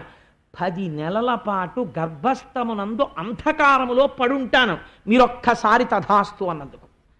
ఉండి నేను కేవలము నాభికుమారుడనే అనిపించుకుని మేరుదేవి కడుపులోంచి ప్రసవమును పొంది పైకొస్తాను. ఇంత లొంగుతున్నానయా నీకు వరం ఇచ్చానన్నాడు. భక్తితో కొలిచిన వాడికి ఈశ్వరుడు ఎందుకు లొంగడు? ఒక అభయం. ఈ మాట అన్న తరువాత నాభి చాలా సంతోషించాడు. కొంతకాలమునకు మేరుదేవి గర్భాన్ని ధరించింది. ధవళకాంతియుక్తి ధనరుదేహంబును మహిత బలపరాక్రమంబు వీర్యమును తలంచి చూచి జనకుండు పేరిడే సుతుని ఋషభుడనుచు సొంపుతోడా. అది ఎరింగి ఋషభుడంతటా పుట్టిన పిల్లాడు చూడండి, మనం సాధారణంగా ఒక మాట చెప్తుంటాం, నల్లగా ఉంటే శ్రీమన్నారాయణుడు, తెల్లగా ఉంటే పరమశివుడని. రంగా ప్రధానం, తత్వమా ప్రధానం? ఇప్పుడు వచ్చినవాడు తెల్లగా వచ్చాడు, నల్లటివాడు నేను పుడతానని వరం ఇచ్చాడు, తెల్లటివాడిగా బయటికి వచ్చాడు. అంటే లోకానికి ఏదో జ్ఞానబోధ చెయ్యడానికి వచ్చాడు. తెలుపులోంచి అన్ని రంగులు పైకొచ్చి తెలుపులోకి వెళ్ళిపోతాయి. అంటే సృష్టి ఎందులోంచి వచ్చి ఎందులోకి వెళ్ళిపోతుందో చెప్పే మహాజ్ఞానిగా రాబోతున్నాడు. దానివల్ల పైన వంశమంతా తరించిపోవాలి, తను కొడుకుగా కావాలని అడిగినందుకు. ఒక జ్ఞాని పుట్టుక చేతనే కదండి 7 తరాలు తరిస్తాయి. అందుకని ఇప్పుడు తెల్లటివాడిగా వచ్చాడు. ఈ పిల్లవాడిని చూసుకుని మురిసిపోయి నాభి కొడుక్కి పేరు పెట్టుకున్నట్ట, ఏమని? ఋషభుడు అని పేరు పెట్టుకున్నట్ట. కొంతకాలం అయిన తరువాత ఋషభుడు బాహ్య పూజ చేసేవాడు కాదు, ఆంతరమునందు విశేషమైనటువంటి యోగమును అనుసంధానం చేస్తుండేవాడు. అనేన యుజ్యతే ఇది యోగ అని ఉత్పత్తి. ఒకటిలోకి అన్నిటినీ తెచ్చి లోపల సమాధి యందు దర్శనం చేయడం. ఇంద్రుడికి కోపం వచ్చింది, బాహ్య కర్మలు చెయ్యట్లేదు ఋషభుడని వర్షం కురిపించడం ఆపేశాడు. ఆపేస్తే తండ్రి వెళ్ళి ఋషభుడితో బాధపడ్డాడు, మన రాజ్యంలో వర్షం పట్టలేదురా, క్షామం వచ్చేట్టుందని. ఋషభుడు ఒక్క నవ్వు నవ్వి తన యోగబలంతో మేఘాలని సృష్టించి తన రాజ్యం ఎంతవరకు ఉందో అంతవరకు వర్షాలు కురిపించాడు. కురిపిస్తే అది ఎరింగి ఋషభుడంతట యోగమాయాబలంబు కథన అఖిల రాజ్యమందు కురియజేసే అత్యంత సంపూర్ణ వృష్టి దినదినంబు వృద్ధి పొందా. దానిచేత ఎక్కడ చూసినా పంటలు పండి సస్యశ్యామలమైపోయి నాభి పరమ సంతోషం పడేటట్టుగా ఈ ఋషభుడు ప్రవర్తించాడు.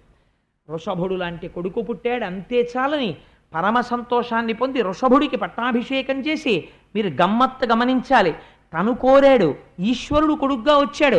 అయినా సరే ఎందుకండి అక్కడికో వెళ్ళి ఎందుకండి తపస్సు, మా ఇంట్లోనే ఉన్నాడుగా మా అబ్బాయి రూపంలో ఈశ్వరుడు అని అడ్వర్టైజ్మెంట్ చేసుకుని ఇంట్లో ఉండలేదు. ఇక్కడ ఉన్నవి భోగస్థానములే. నేను ఇక్కడ ఈశ్వరుణ్ణి పట్టుకోవాలి, మా ఇంట్లో తిరుగుతున్న ఈశ్వరుణ్ణి కాదు, ఇక్కడ పట్టుకోవడం నేర్చుకోవాలి ఈశ్వరుణ్ణి. అటువంటి తపస్సు కోసం నాభి ఇల్లు విడిచిపెట్టి వెళ్ళిపోయాడు.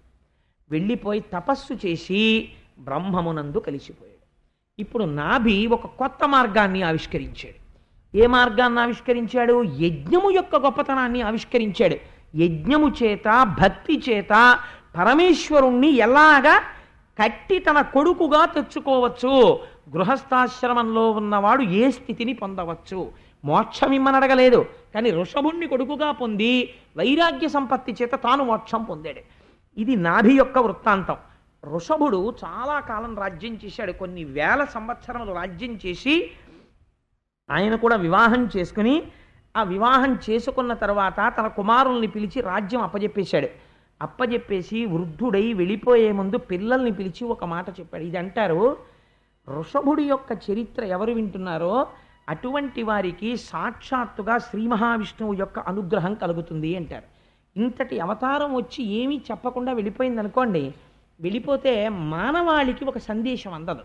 అందుకే ఋషభుడు ఒక మాట చెప్పాడు పిల్లలకి, తనయులారా వినుడు ధరలోన పుట్టిన పురుషులకును శునకములకు లేని కష్టములను తెచ్చు కాన కామంబుల వలన బుద్ధి చేయవలదు మీరు. కుక్క ఎన్ని కష్టాలు పడుతుందో కుక్కని సాధారణంగా పవిత్రమైన ప్రదేశంలోకి రానివ్వరు. ఎందుకనంటే జ్ఞాని దృష్టిలో కుక్క అయినా ఒకటే, ఇంకోటైనా ఒకటే, అన్నిటి యందు సమబుద్ధితో ఉంటాడు. అందుకని కాదు, దాని దేహము యొక్క స్థితి చేత అది ఎక్కడైనా ఇంటి లోపలికి కానీ దేవాలయంలోకి కానీ ఇలాంటి చోట ప్రవేశిస్తే దేవతలు ఆ రోజు నివేదన స్వీకరించరు అని. అందుచేత ఏమవుతుంది, కుక్క ఎన్ని కష్టాలు పడుతుంది. అందుకే కుక్క ఒకదానికి చీత్తారు, చీ కుక్క అంటారు. అందుకని కుక్క ముట్టేసిందిరా అంటారు. ఏదైనా వ్రతం పాడైపోయింది అనుకోండి, కుక్క ముట్టేసుకుందండి అంటారు. కుక్క ఎన్ని కష్టాలు పడుతోందో అత్యంత పవిత్రమైన ఉపాధిని పొందినటువంటి మనిషి కూడా అన్ని కష్టాలు పడుతున్నాడు. దేనివల్ల తెలుసా? ఈశ్వరుడి వల్ల కాదు, కేవలము కామము చేత. కామము అంటే మీరు ఒకటి అర్థం చేసుకోండి, కామము అన్న మాట నేను ఉచ్చరించినప్పుడల్లా నేను కేవలము స్త్రీ పురుష సంబంధమైన గ్రామ్య సుఖము గురించి నేను మాట్లాడటం లేదు. కామం అంటే కోరిక. కోరికకి ఒక లక్షణం ఉంటుంది.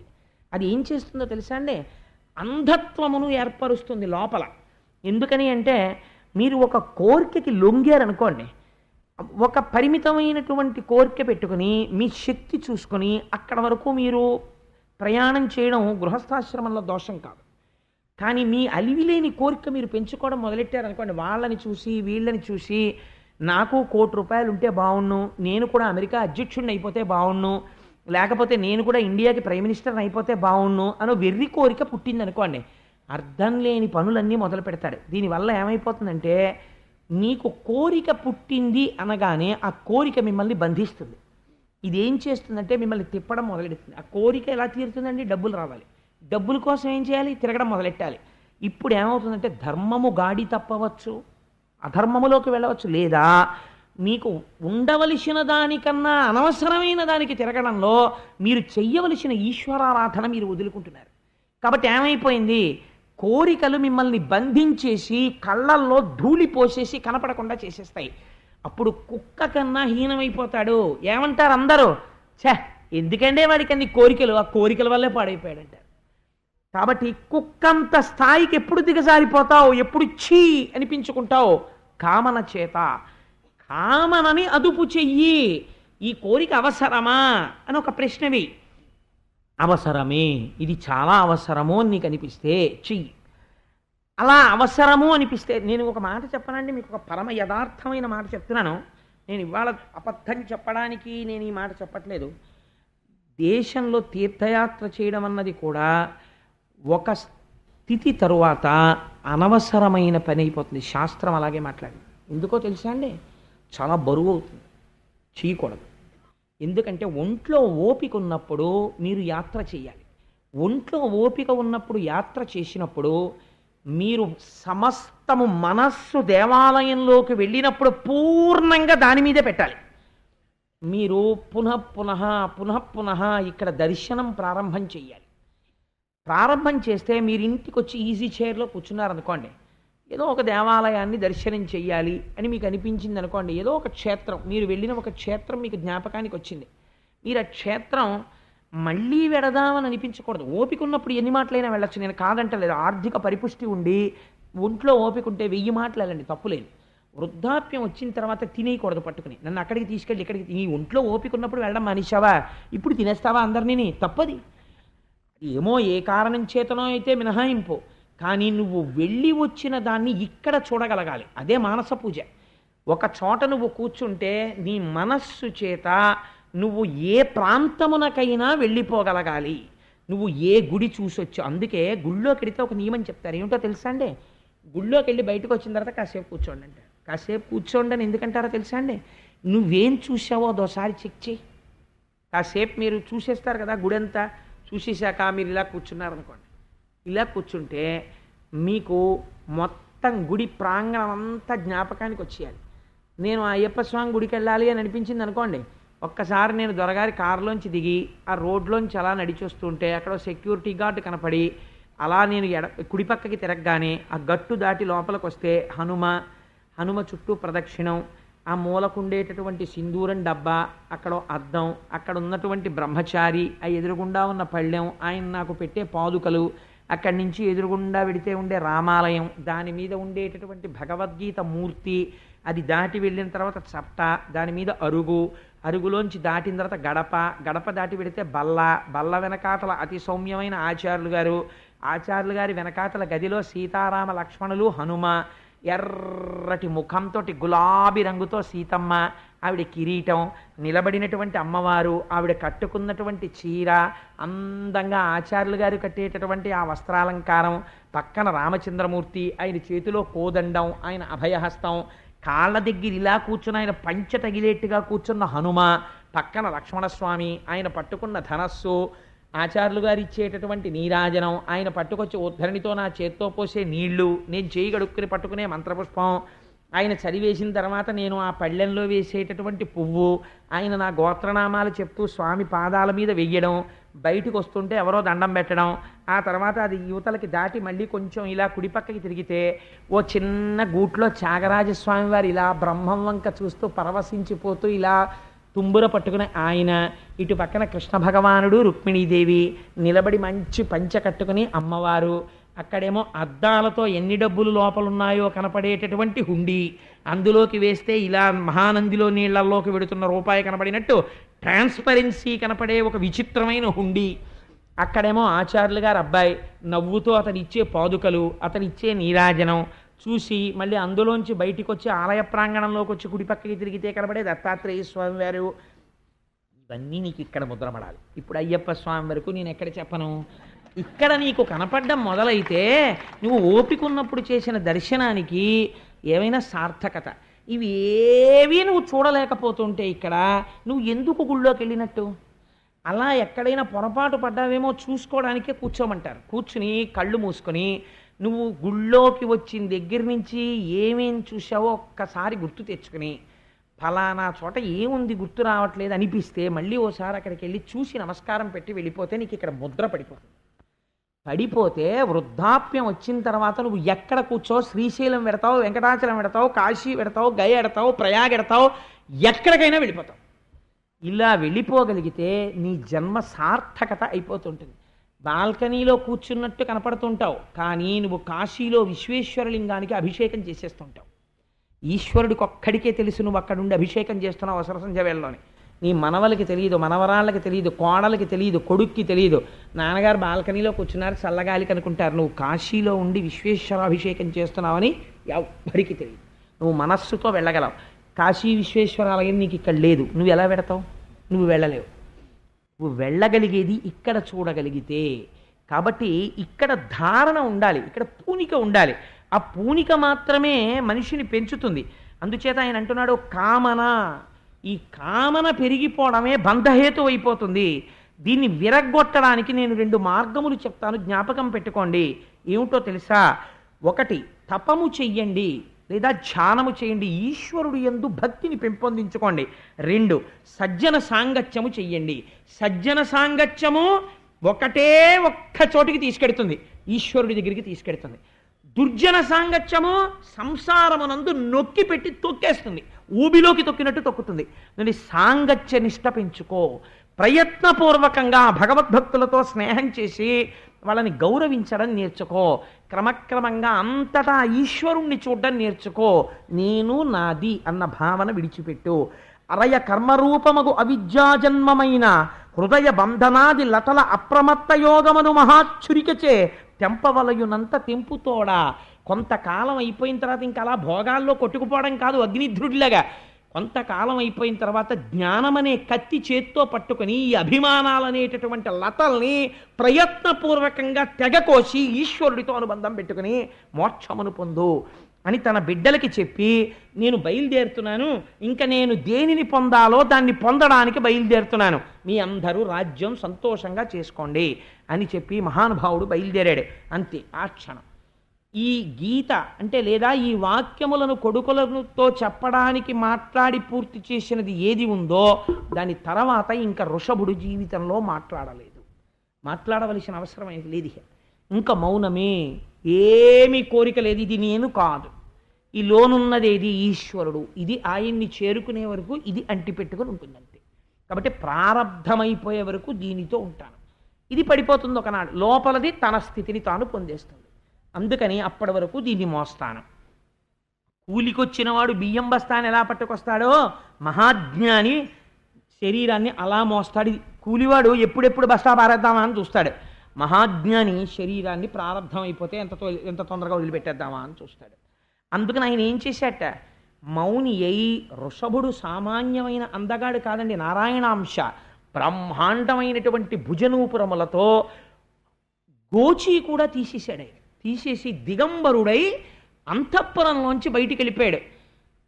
అందుకే రామకృష్ణ పరమహంస అంటారు, నోటితో చెప్పడం కాదు, వైరాగ్య భావన కలిగిన నాడు ఎటువంటి స్థితిని పొందుతాడో చూడండి. ఆ అంతఃపురంలో సింహాసనం మీద కూర్చుని రాజ్య పరిపాలన చేసిన వృషభుడు ఇంతటి అందగాడు, అంతెత్తు మూర్తి దిగంబరుడై మౌనంగా నిశ్శబ్దంగా చిరునవ్వుతో వెళ్ళిపోతుంటే మోహమును పొందారట చాలామంది. ఆయన యొక్క రూపాన్ని చూసి ఏం అందగాడని ఆయన మాత్రం మాట్లాడకుండా వెళ్ళిపోతున్నాడు.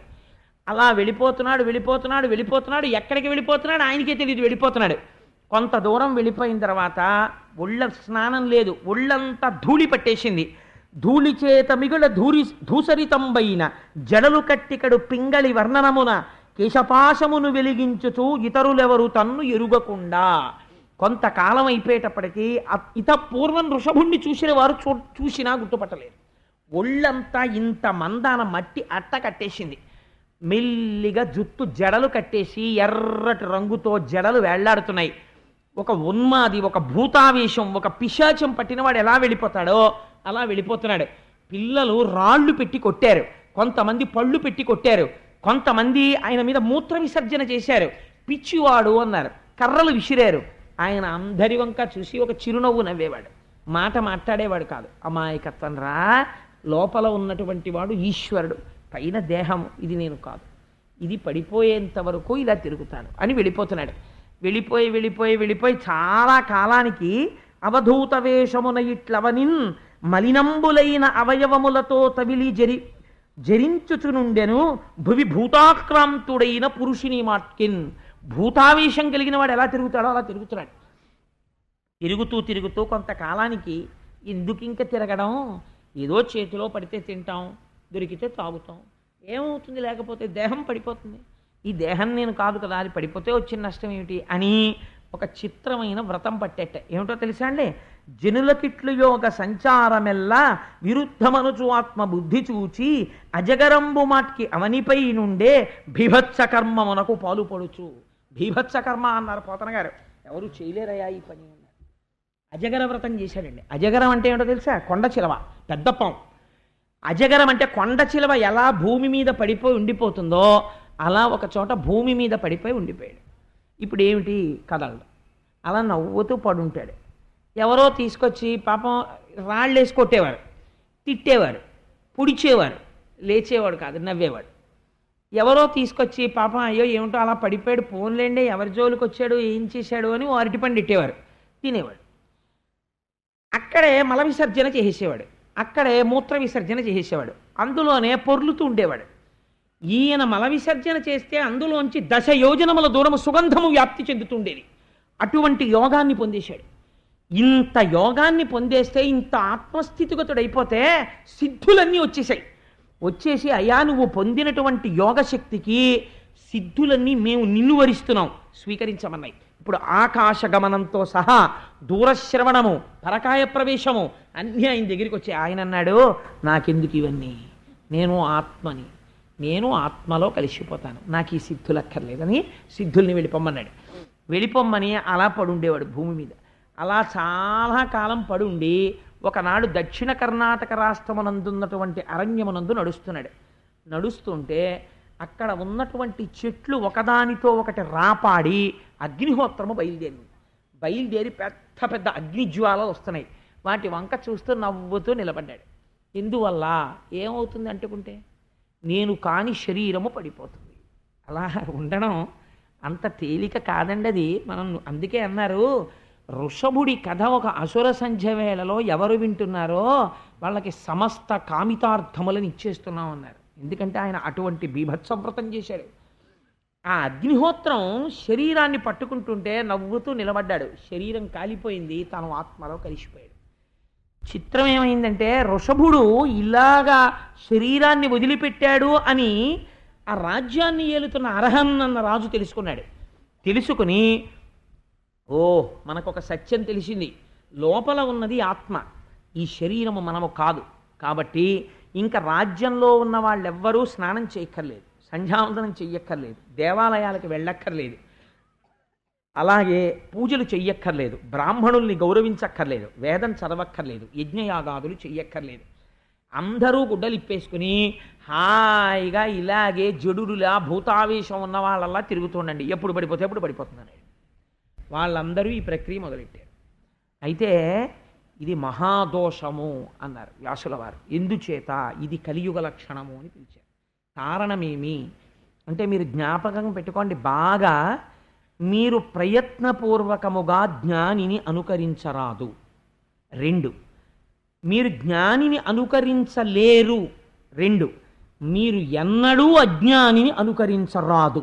ఈ రెండు ఎక్స్ట్రీమ్స్ జీవితానికి. ఒకడు అజ్ఞాని, ఒకడు జ్ఞాని.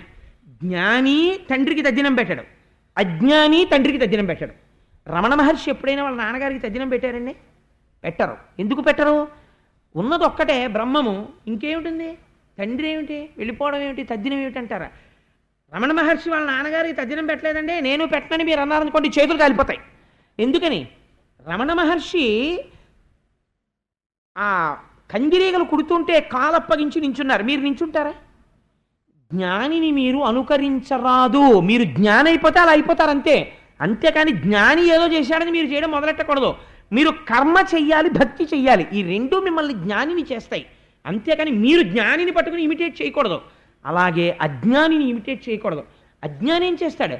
వాడు అంతే, వాడు ఒకటి చెప్తే వినడు, వాడు చదువుకోడు, వాడు తదినం పెట్టడు, వాడు మంచి పని చేయడు, వాడు గుళ్ళోకి వెళ్ళడు.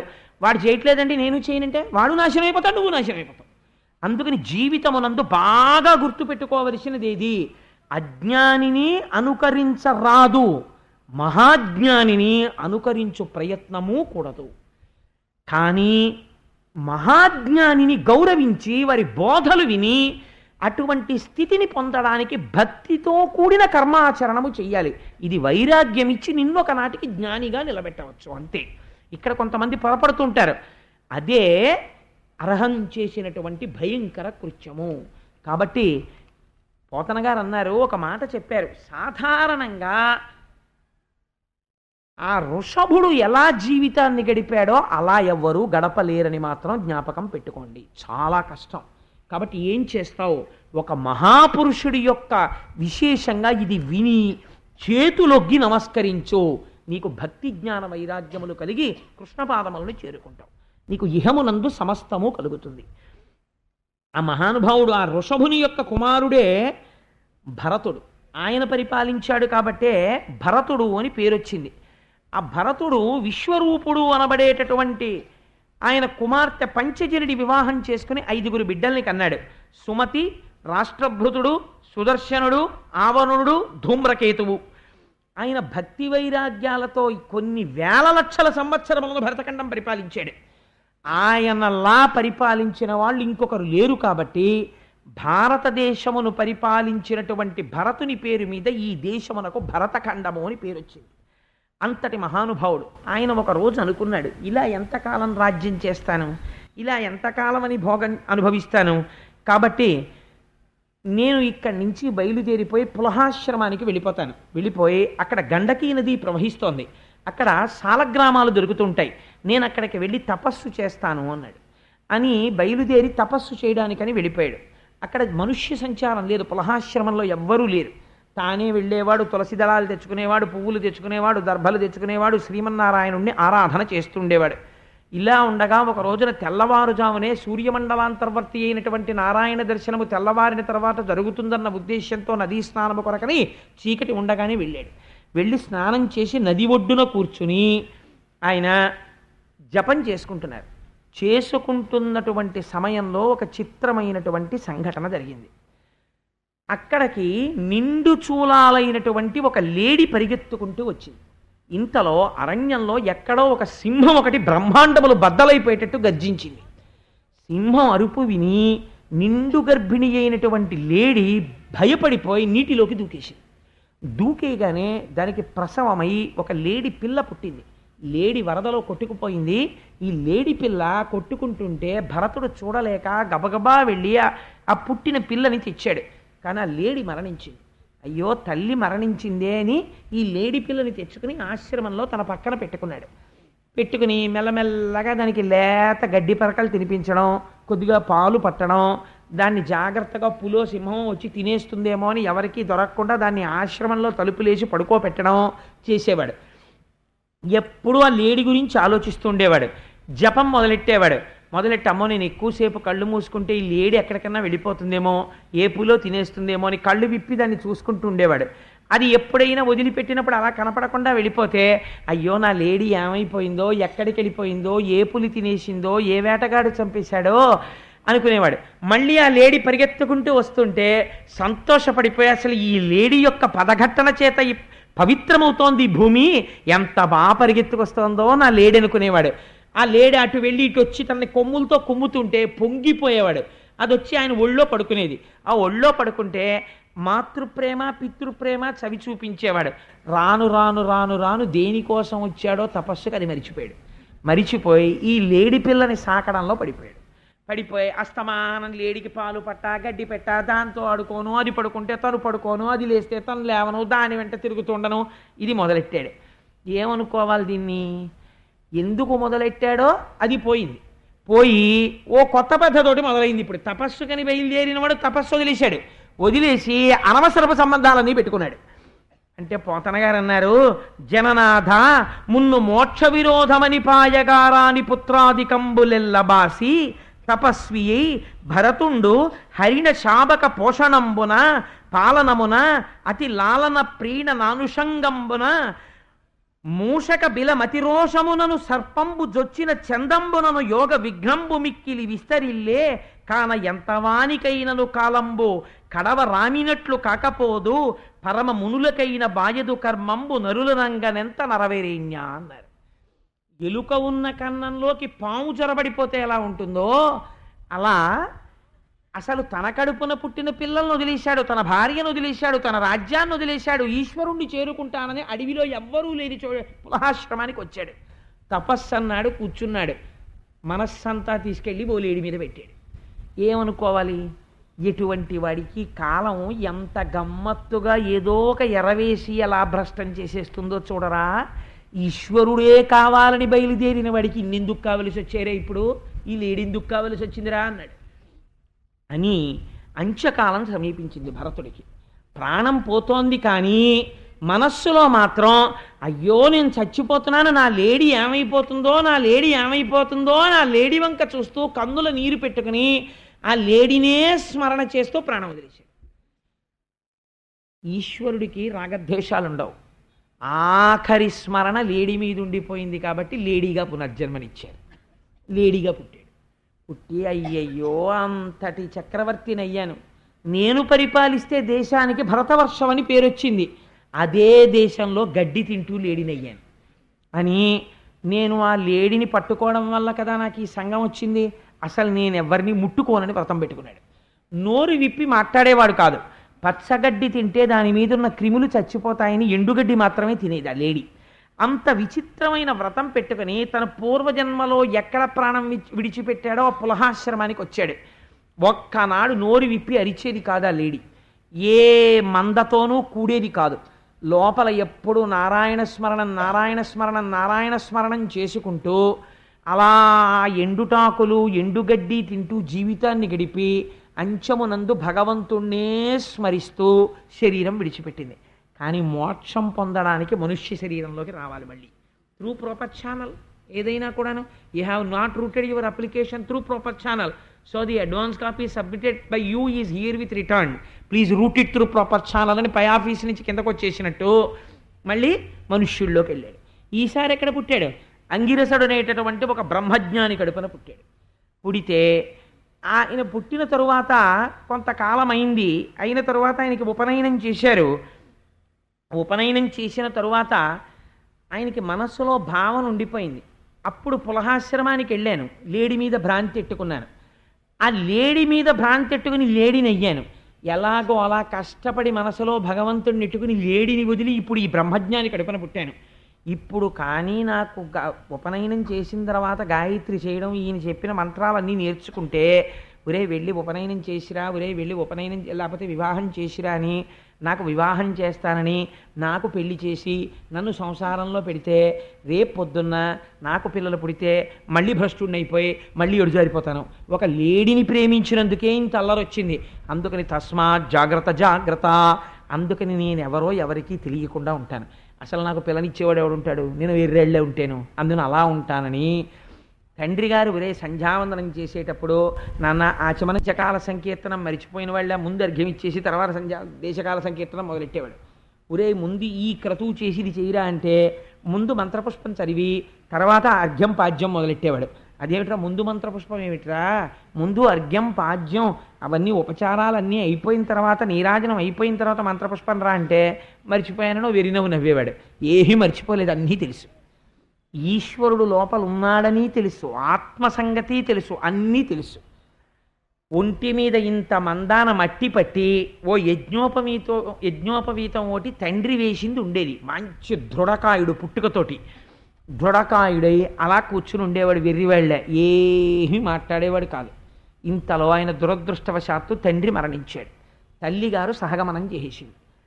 సమతి బిడ్డలైనటువంటి అన్నదమ్ములు ఏం చేశారు? తల్లిదండ్రుతోడ తగనగ్ని జొచ్చిన అతని మహిమలిరుగకంతలోన సవతి తల్లి కొడుకులు వినీతులగుచును శాస్త్ర విద్యలతని చదువనీక. తండ్రి గారైతే దగ్గర కూర్చోబెట్టుకుని ఏదో నేర్పే ప్రయత్నం చేసేవాడు.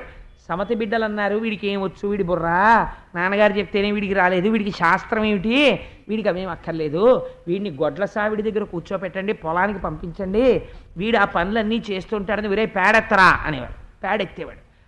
వచ్చేవాడు. ఒక్కొక్క రోజున వాళ్ళు కాస్త మధుర పదార్థం తింటూ ఈయనకి కూడా ఓ పెంపుడు జంతువుకి పెట్టినట్టు పెట్టేవారు. పెడితే మధురాన్నం కింద తినేసేవాడు.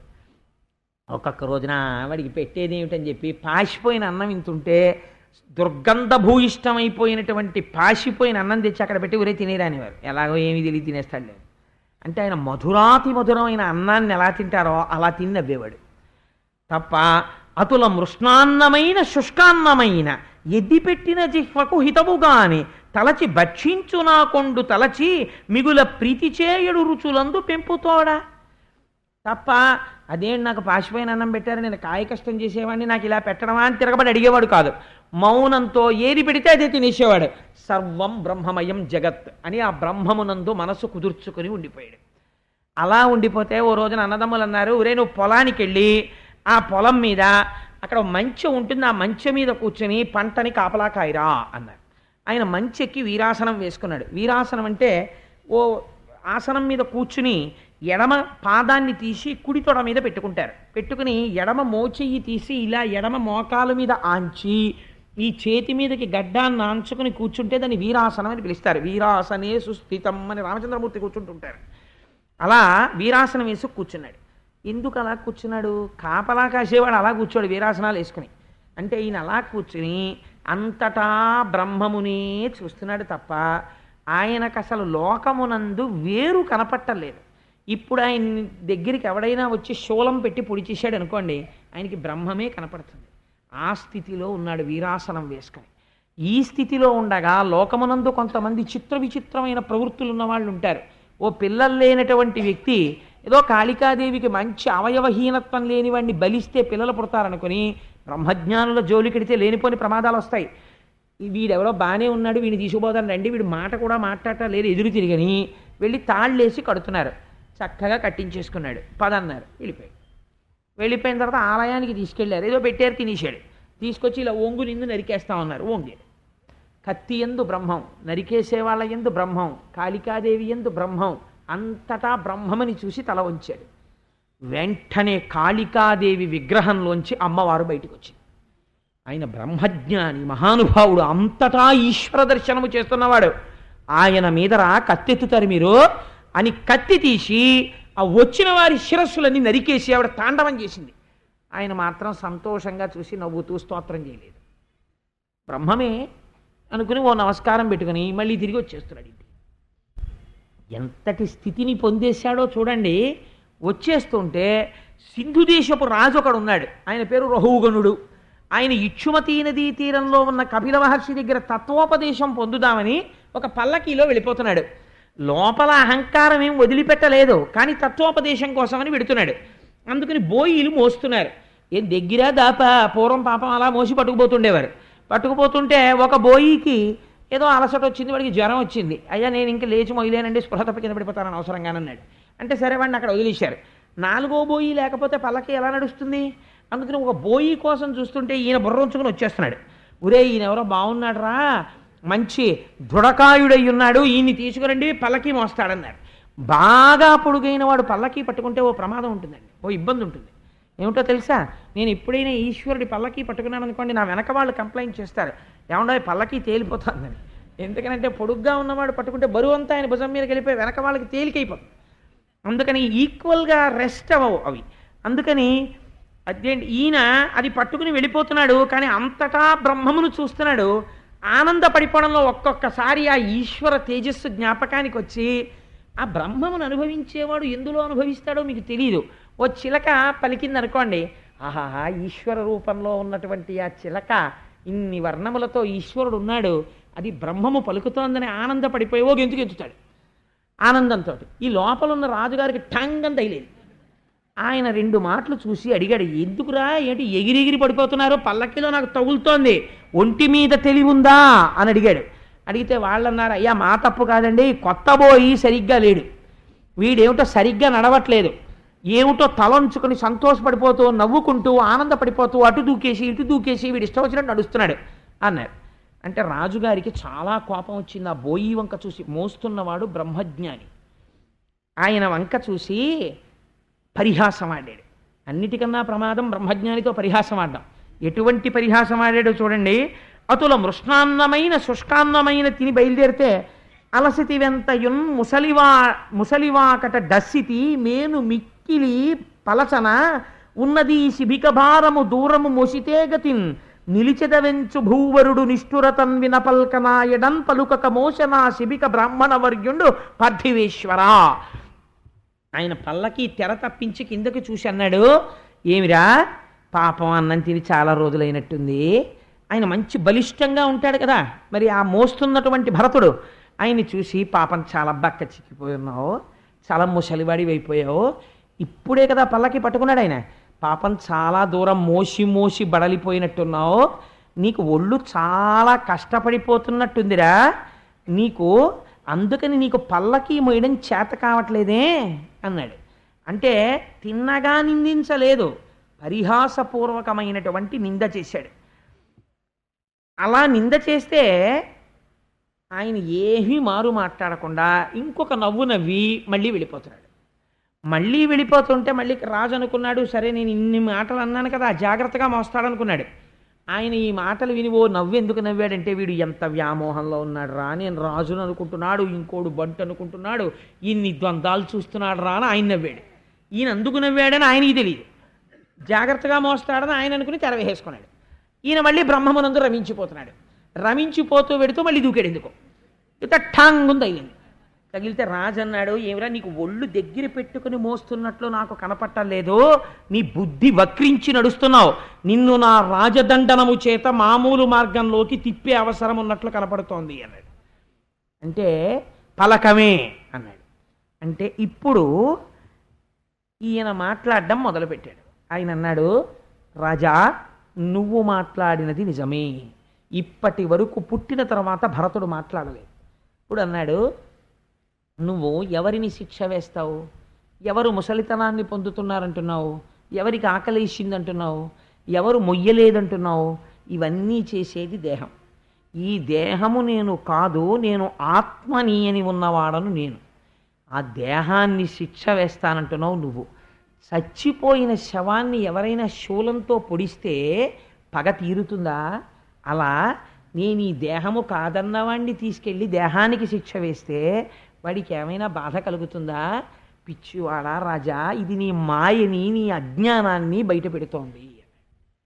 ఈ మాట వినగానే రాజు ఆశ్చర్యపోయాడు.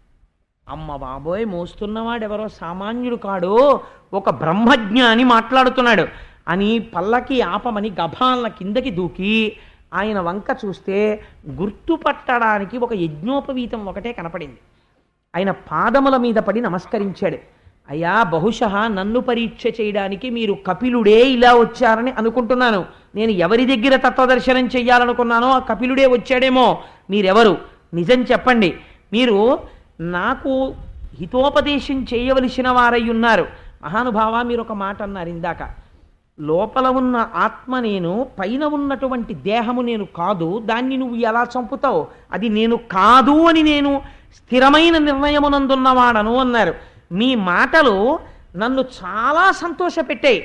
మీ వంటి బ్రాహ్మణులు, మీ వంటి బ్రహ్మజ్ఞానుల జోలికి నేను రాను. ఎందుకో తెలుసా? నాకు ఒక గొప్ప భయం ఉంది. రాజు క్షమార్పణ చెప్పి ఆయన కాళ్ళ మీద పడ్డాడు. ధరణి సురలలోన తలప నెవ్వడ నీవు అవధూత వేషియై అవనియందు ఏమిటికై చరింపగ వచ్చి తిచ్చటికి ఒక్క ఒంటి సనుట నేను నన్ను కృతార్థుని చేయ అనుకూలడగుమన్న అట్టి ఆ కపిల మహామునీంద్రుడవో నీ మహత్వంబుదవిలి విచారింప నెరుగక చేసితి కరుణ చూడు తప్పు సైరింపు నే యమదండమునకు హరుని శూలమునకు వజ్రాయుధమునకు అనల చంద్రార్క ధనద శస్త్రాస్త్రములకు వెరమ విప్రునకునే మది వెరచినట్లు. మహాపురుషా, నువ్వే కపిలుడవేమో అనుకుంటున్నాను, నువ్వు బ్రహ్మజ్ఞానివి. నేను యమధర్మరాజు గారు వచ్చి పాశం వేసినా భయపడను, పరమశివుడు శూలమెత్తినా నేను భయపడను, సాక్షాత్తు సూర్య చంద్ర మొదలైనటువంటి దేవతలు వచ్చి నా మీద అస్త్రాన్ని ప్రయోగించినా నేను బెంగపెట్టుకోను. కానీ మహాపురుషులై బ్రహ్మజ్ఞానులైన బ్రాహ్మణుల జోలికి వెళ్ళడానికి నేను భయపడతాను. మీరు నాతో ఒక మాట అన్నారు, ఈ శరీరము నేను కాదు అని మీరు అంటున్నారు. కానీ నాకొక్క మాట చెప్పండి, లేనిది ఎలా కనపడుతోంది? ఈ కంటికి కనపడుతోంది కదా. ఎంత గొప్ప ప్రశ్న వేశాడో చూడండి. ఒక గిన్నెలో నీరు పోసి కొన్ని గింజలు పోసి అగ్నిహోత్రం మీద పెడితే ఉడికి అన్నము తయారైనట్టు లోపల కలిగిన కామన చేత దహింపబడి ఇంద్రియముల చేత పొందినటువంటి సుఖము వలన మనస్సు ఆనందమును పొందుతోంది కదా. ఇవి లేవని మీరు ఎలా చెప్తున్నారు అన్నాడు. ఇవి లేవు, ఆత్మ ఉన్నదని మీరు ఎలా అన్నారు అన్నాడు. అంటే అప్పుడు నవ్వి, రాజా, నువ్వు ఉపదేశం పొందడానికి అర్హతని పొందావు, అందుకుని చెప్తున్నాను.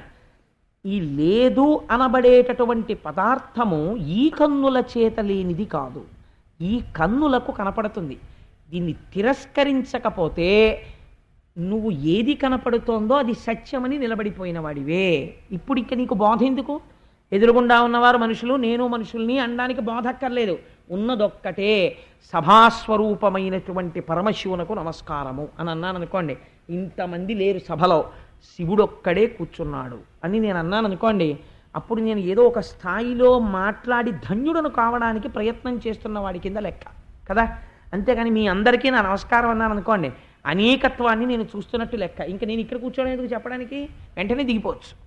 కాబట్టి పరమేశ్వర స్వరూపమైన సభకు నమస్కారము అన్నాను అనుకోండి, సభాభ్య సభాపతిభ్యశ్చ వో నమో నమో, సభ అంతా నేను ఈశ్వర రూపముగా దర్శించుచున్నాను, ఒక్కటే కనపడుతోంది.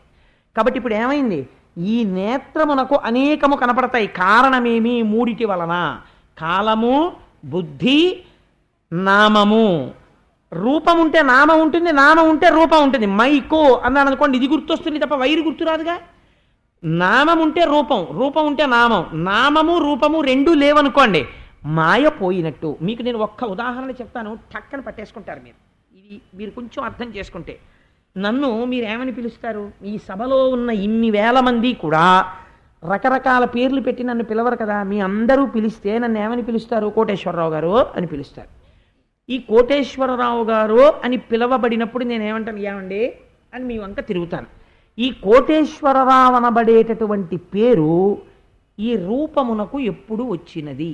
ఈ రూపము వచ్చిన తరువాత నామము వచ్చినది. ఈ నామము రాకముందు ఈ రూపము వచ్చినదా లేదా? వచ్చినది.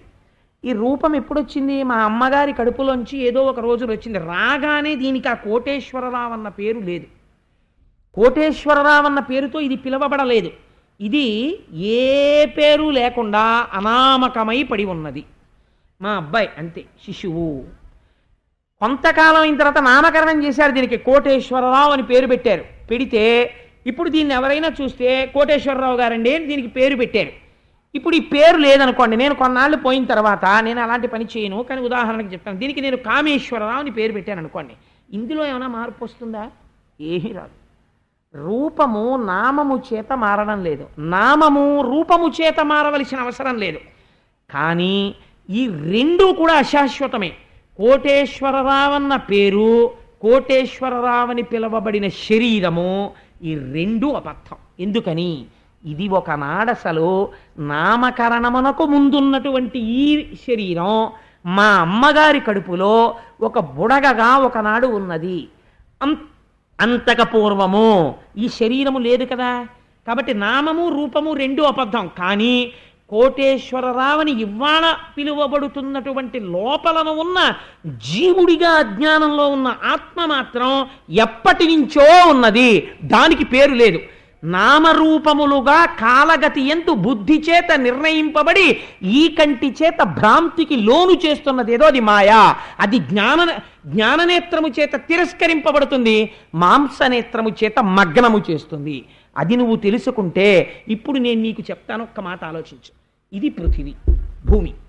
ఈ భూమి మీద నా చరణములు పృథివీ, నా చరణముల మీద నా కాళ్ళు పృథివీ, నా తొడలు పృథివీ, నా కడుపు పృథివీ, నా గుండెలు పృథివీ, నా కంఠము పృథివీ, నా భుజము పృథివీ, నా శిరస్సు పృథివీ, ఈ పల్లకి పృథివీ, పల్లకిలో కూర్చున్న నువ్వు పృథివీ.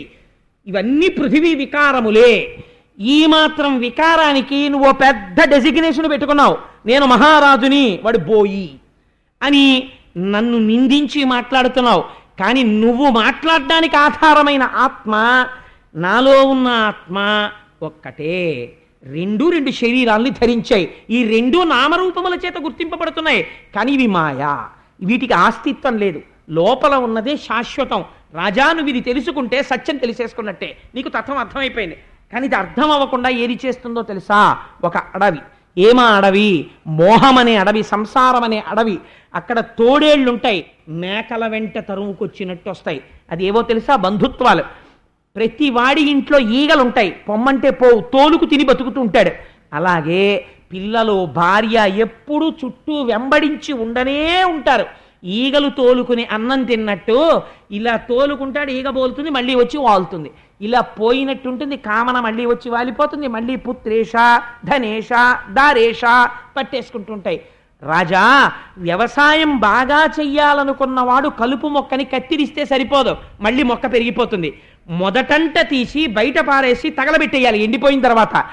తరించాలనుకున్నవాడు కామనని ముందు గెలవాలి. అలా గెలవలేకపోతే ఏమవుతుంది? అడవిలో వెడుతుండగా 6 దొంగలు వెంట పడతారు నిన్ను చూసి. ఆ 6 ఎక్కడో లేరు, ఇక్కడే ఉన్నారు. 5 ఇంద్రియాలు, మనస్సు. ఈ 6 లోపల కూర్చుని ఇంత జ్ఞానం కలిగినా, ఇంత ధర్మం కలిగినా ఎత్తుకుపోతారు. నువ్వు పతితుడవైపోయి పతనమైపోయి మళ్ళీ మళ్ళీ మళ్ళీ మళ్ళీ పుడుతుండడం, శరీరంలోకి ఎడుతుండడం, ఇది నేను అనుకోవడం, దీని అనుబంధాలతో మగ్నం అయిపోవడం, ఈశ్వరుణ్ణి తెలుసుకోకపోవడం, అలా భ్రమణం తిరుగుతూనే ఉంటావు రాజా. ఏనాడు నీ జ్ఞాననేత్రం విచ్చుకుంటుందో ఆనాడు భాగవతుల యొక్క పాద సమాశ్రయణం చేస్తావు, వాళ్ళ పాదాల మీద పడతావు, బ్రహ్మజ్ఞానాన్ని పొందుతావు, భక్తితో ఉంటావు, కర్మాచరణము చేసి వైరాగ్యమును పొందుతావు. అదే మనిషి యొక్క పొందవలసిన స్థితి అని ఆనాడు మహానుభావుడు భరతుడు చెప్తే రహూగణుడు విని వైరాగ్యాన్ని పొంది కపిల మహర్షి దగ్గర పూర్ణ సిద్ధాంతాన్ని తెలుసుకున్నాడు. భరతుడు మోక్షాన్ని పొందాడు. ఇలా ఎంతమంది ఒక్క చిన్న పొరపాటుకి ఎన్ని జన్మలెత్తి భరతుడు మోక్షాన్ని పొందాడో, మనిషి యొక్క సాధన అనేది ఎంత జాగ్రత్తగా ఉండాలో, అరణ్యానికి వెళ్ళిపోతే మోక్షం వచ్చేస్తుంది అనుకోవడం ఎంత అమాయకత్వమో. ఇంట్లో ఉండి ప్రియవ్రతుడు మోక్షం పొందాడు, ఇంట్లో ఉండి నాభి మోక్షం పొందాడు. అంత వైరాగ్యంతో అంతఃపురంలోంచి బయటికి వెళ్ళి వృషభుడు మోక్షాన్ని పొందాడు. ఇంట్లో ఉంటే నన్ను ఏదో పట్టేసుకుంటుందని భయపడిపోయి ఇంట్లోంచి అరణ్యానికి వెళ్ళిపోయి 3 జన్మలెత్తి మోక్షం పొందాడు భరతుడు. కాబట్టి ఇల్లు కాదు నిన్ను పాడి చేసేది, నీ లోపల ఉన్న మనసు పాడు చేస్తోంది. అందుకే ఒక ఆధునిక కవి కొంచెం మోటమాట ఒకటి అన్నాడు, గురుగుచుందురు జుత్తు కొన్ని 100 సార్లు దాని పాపమేమో కానరాదు, అఖిల పాపములకు నిలయమైన మనసు గొరగడేమి మానవుండు. తలనీలాల స్థమానం ఇచ్చేస్తే ఎంతకని సరిపోతుంది, మళ్ళీ పుట్టేస్తున్నాయి పాపాలు. పాపాలకి నిలయమైన మనస్సుని ప్రక్షాళన చేయమే.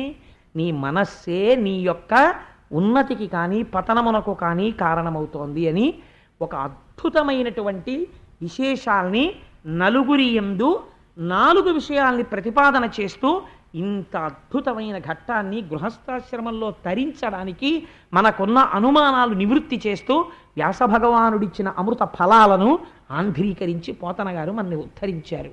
రేపటి రోజున కొన్ని పరమోత్కృష్టమైన ఘట్టాలు, రేపు విశ్వరూపోపాఖ్యానము మొదలైన వాటిని రేపు ప్రారంభం చేస్తాను. ఆద్యంతరహిత గోవింద గోవింద హరి గోవింద గోకులనందన గోవింద శ్రీ వెంకటేశ గోవింద గోవింద హరి గోవింద గోకులనందన గోవింద స్వయం ప్రకాశ గోవింద గోవింద హరి గోవింద గోకులనందన గోవింద శేషసాయివి గోవింద గోవింద హరి గోవింద గోకులనందన గోవింద ఆనందరూప గోవింద గోవింద హరి గోవింద గోకులనందన గోవింద ఆశ్రితపక్ష గోవింద గోవింద హరి గోవింద గోకులనందన గోవింద పద్మనాభ హరి గోవింద గోవింద హరి గోవింద గోకులనందన గోవింద తిరుమలవాస గోవింద గోవింద హరి గోవింద గోకులనందన గోవింద అభిషేక ప్రియ గోవింద గోవింద హరి గోవింద గోకులనందన గోవింద శివకేశవమూర్తి గోవింద గోవింద హరి గోవింద గోకులనందన గోవింద కాంచనాంబరధర గోవింద గోవింద హరి గోవింద గోకులనందన గోవింద అభయహస్త ప్రదర్శన గోవింద గోవింద హరి గోవింద గోకులనందన గోవింద సర్వం శ్రీ ఉమామహేశ్వర పరబ్రహ్మార్పణమస్తు. స్వస్తి.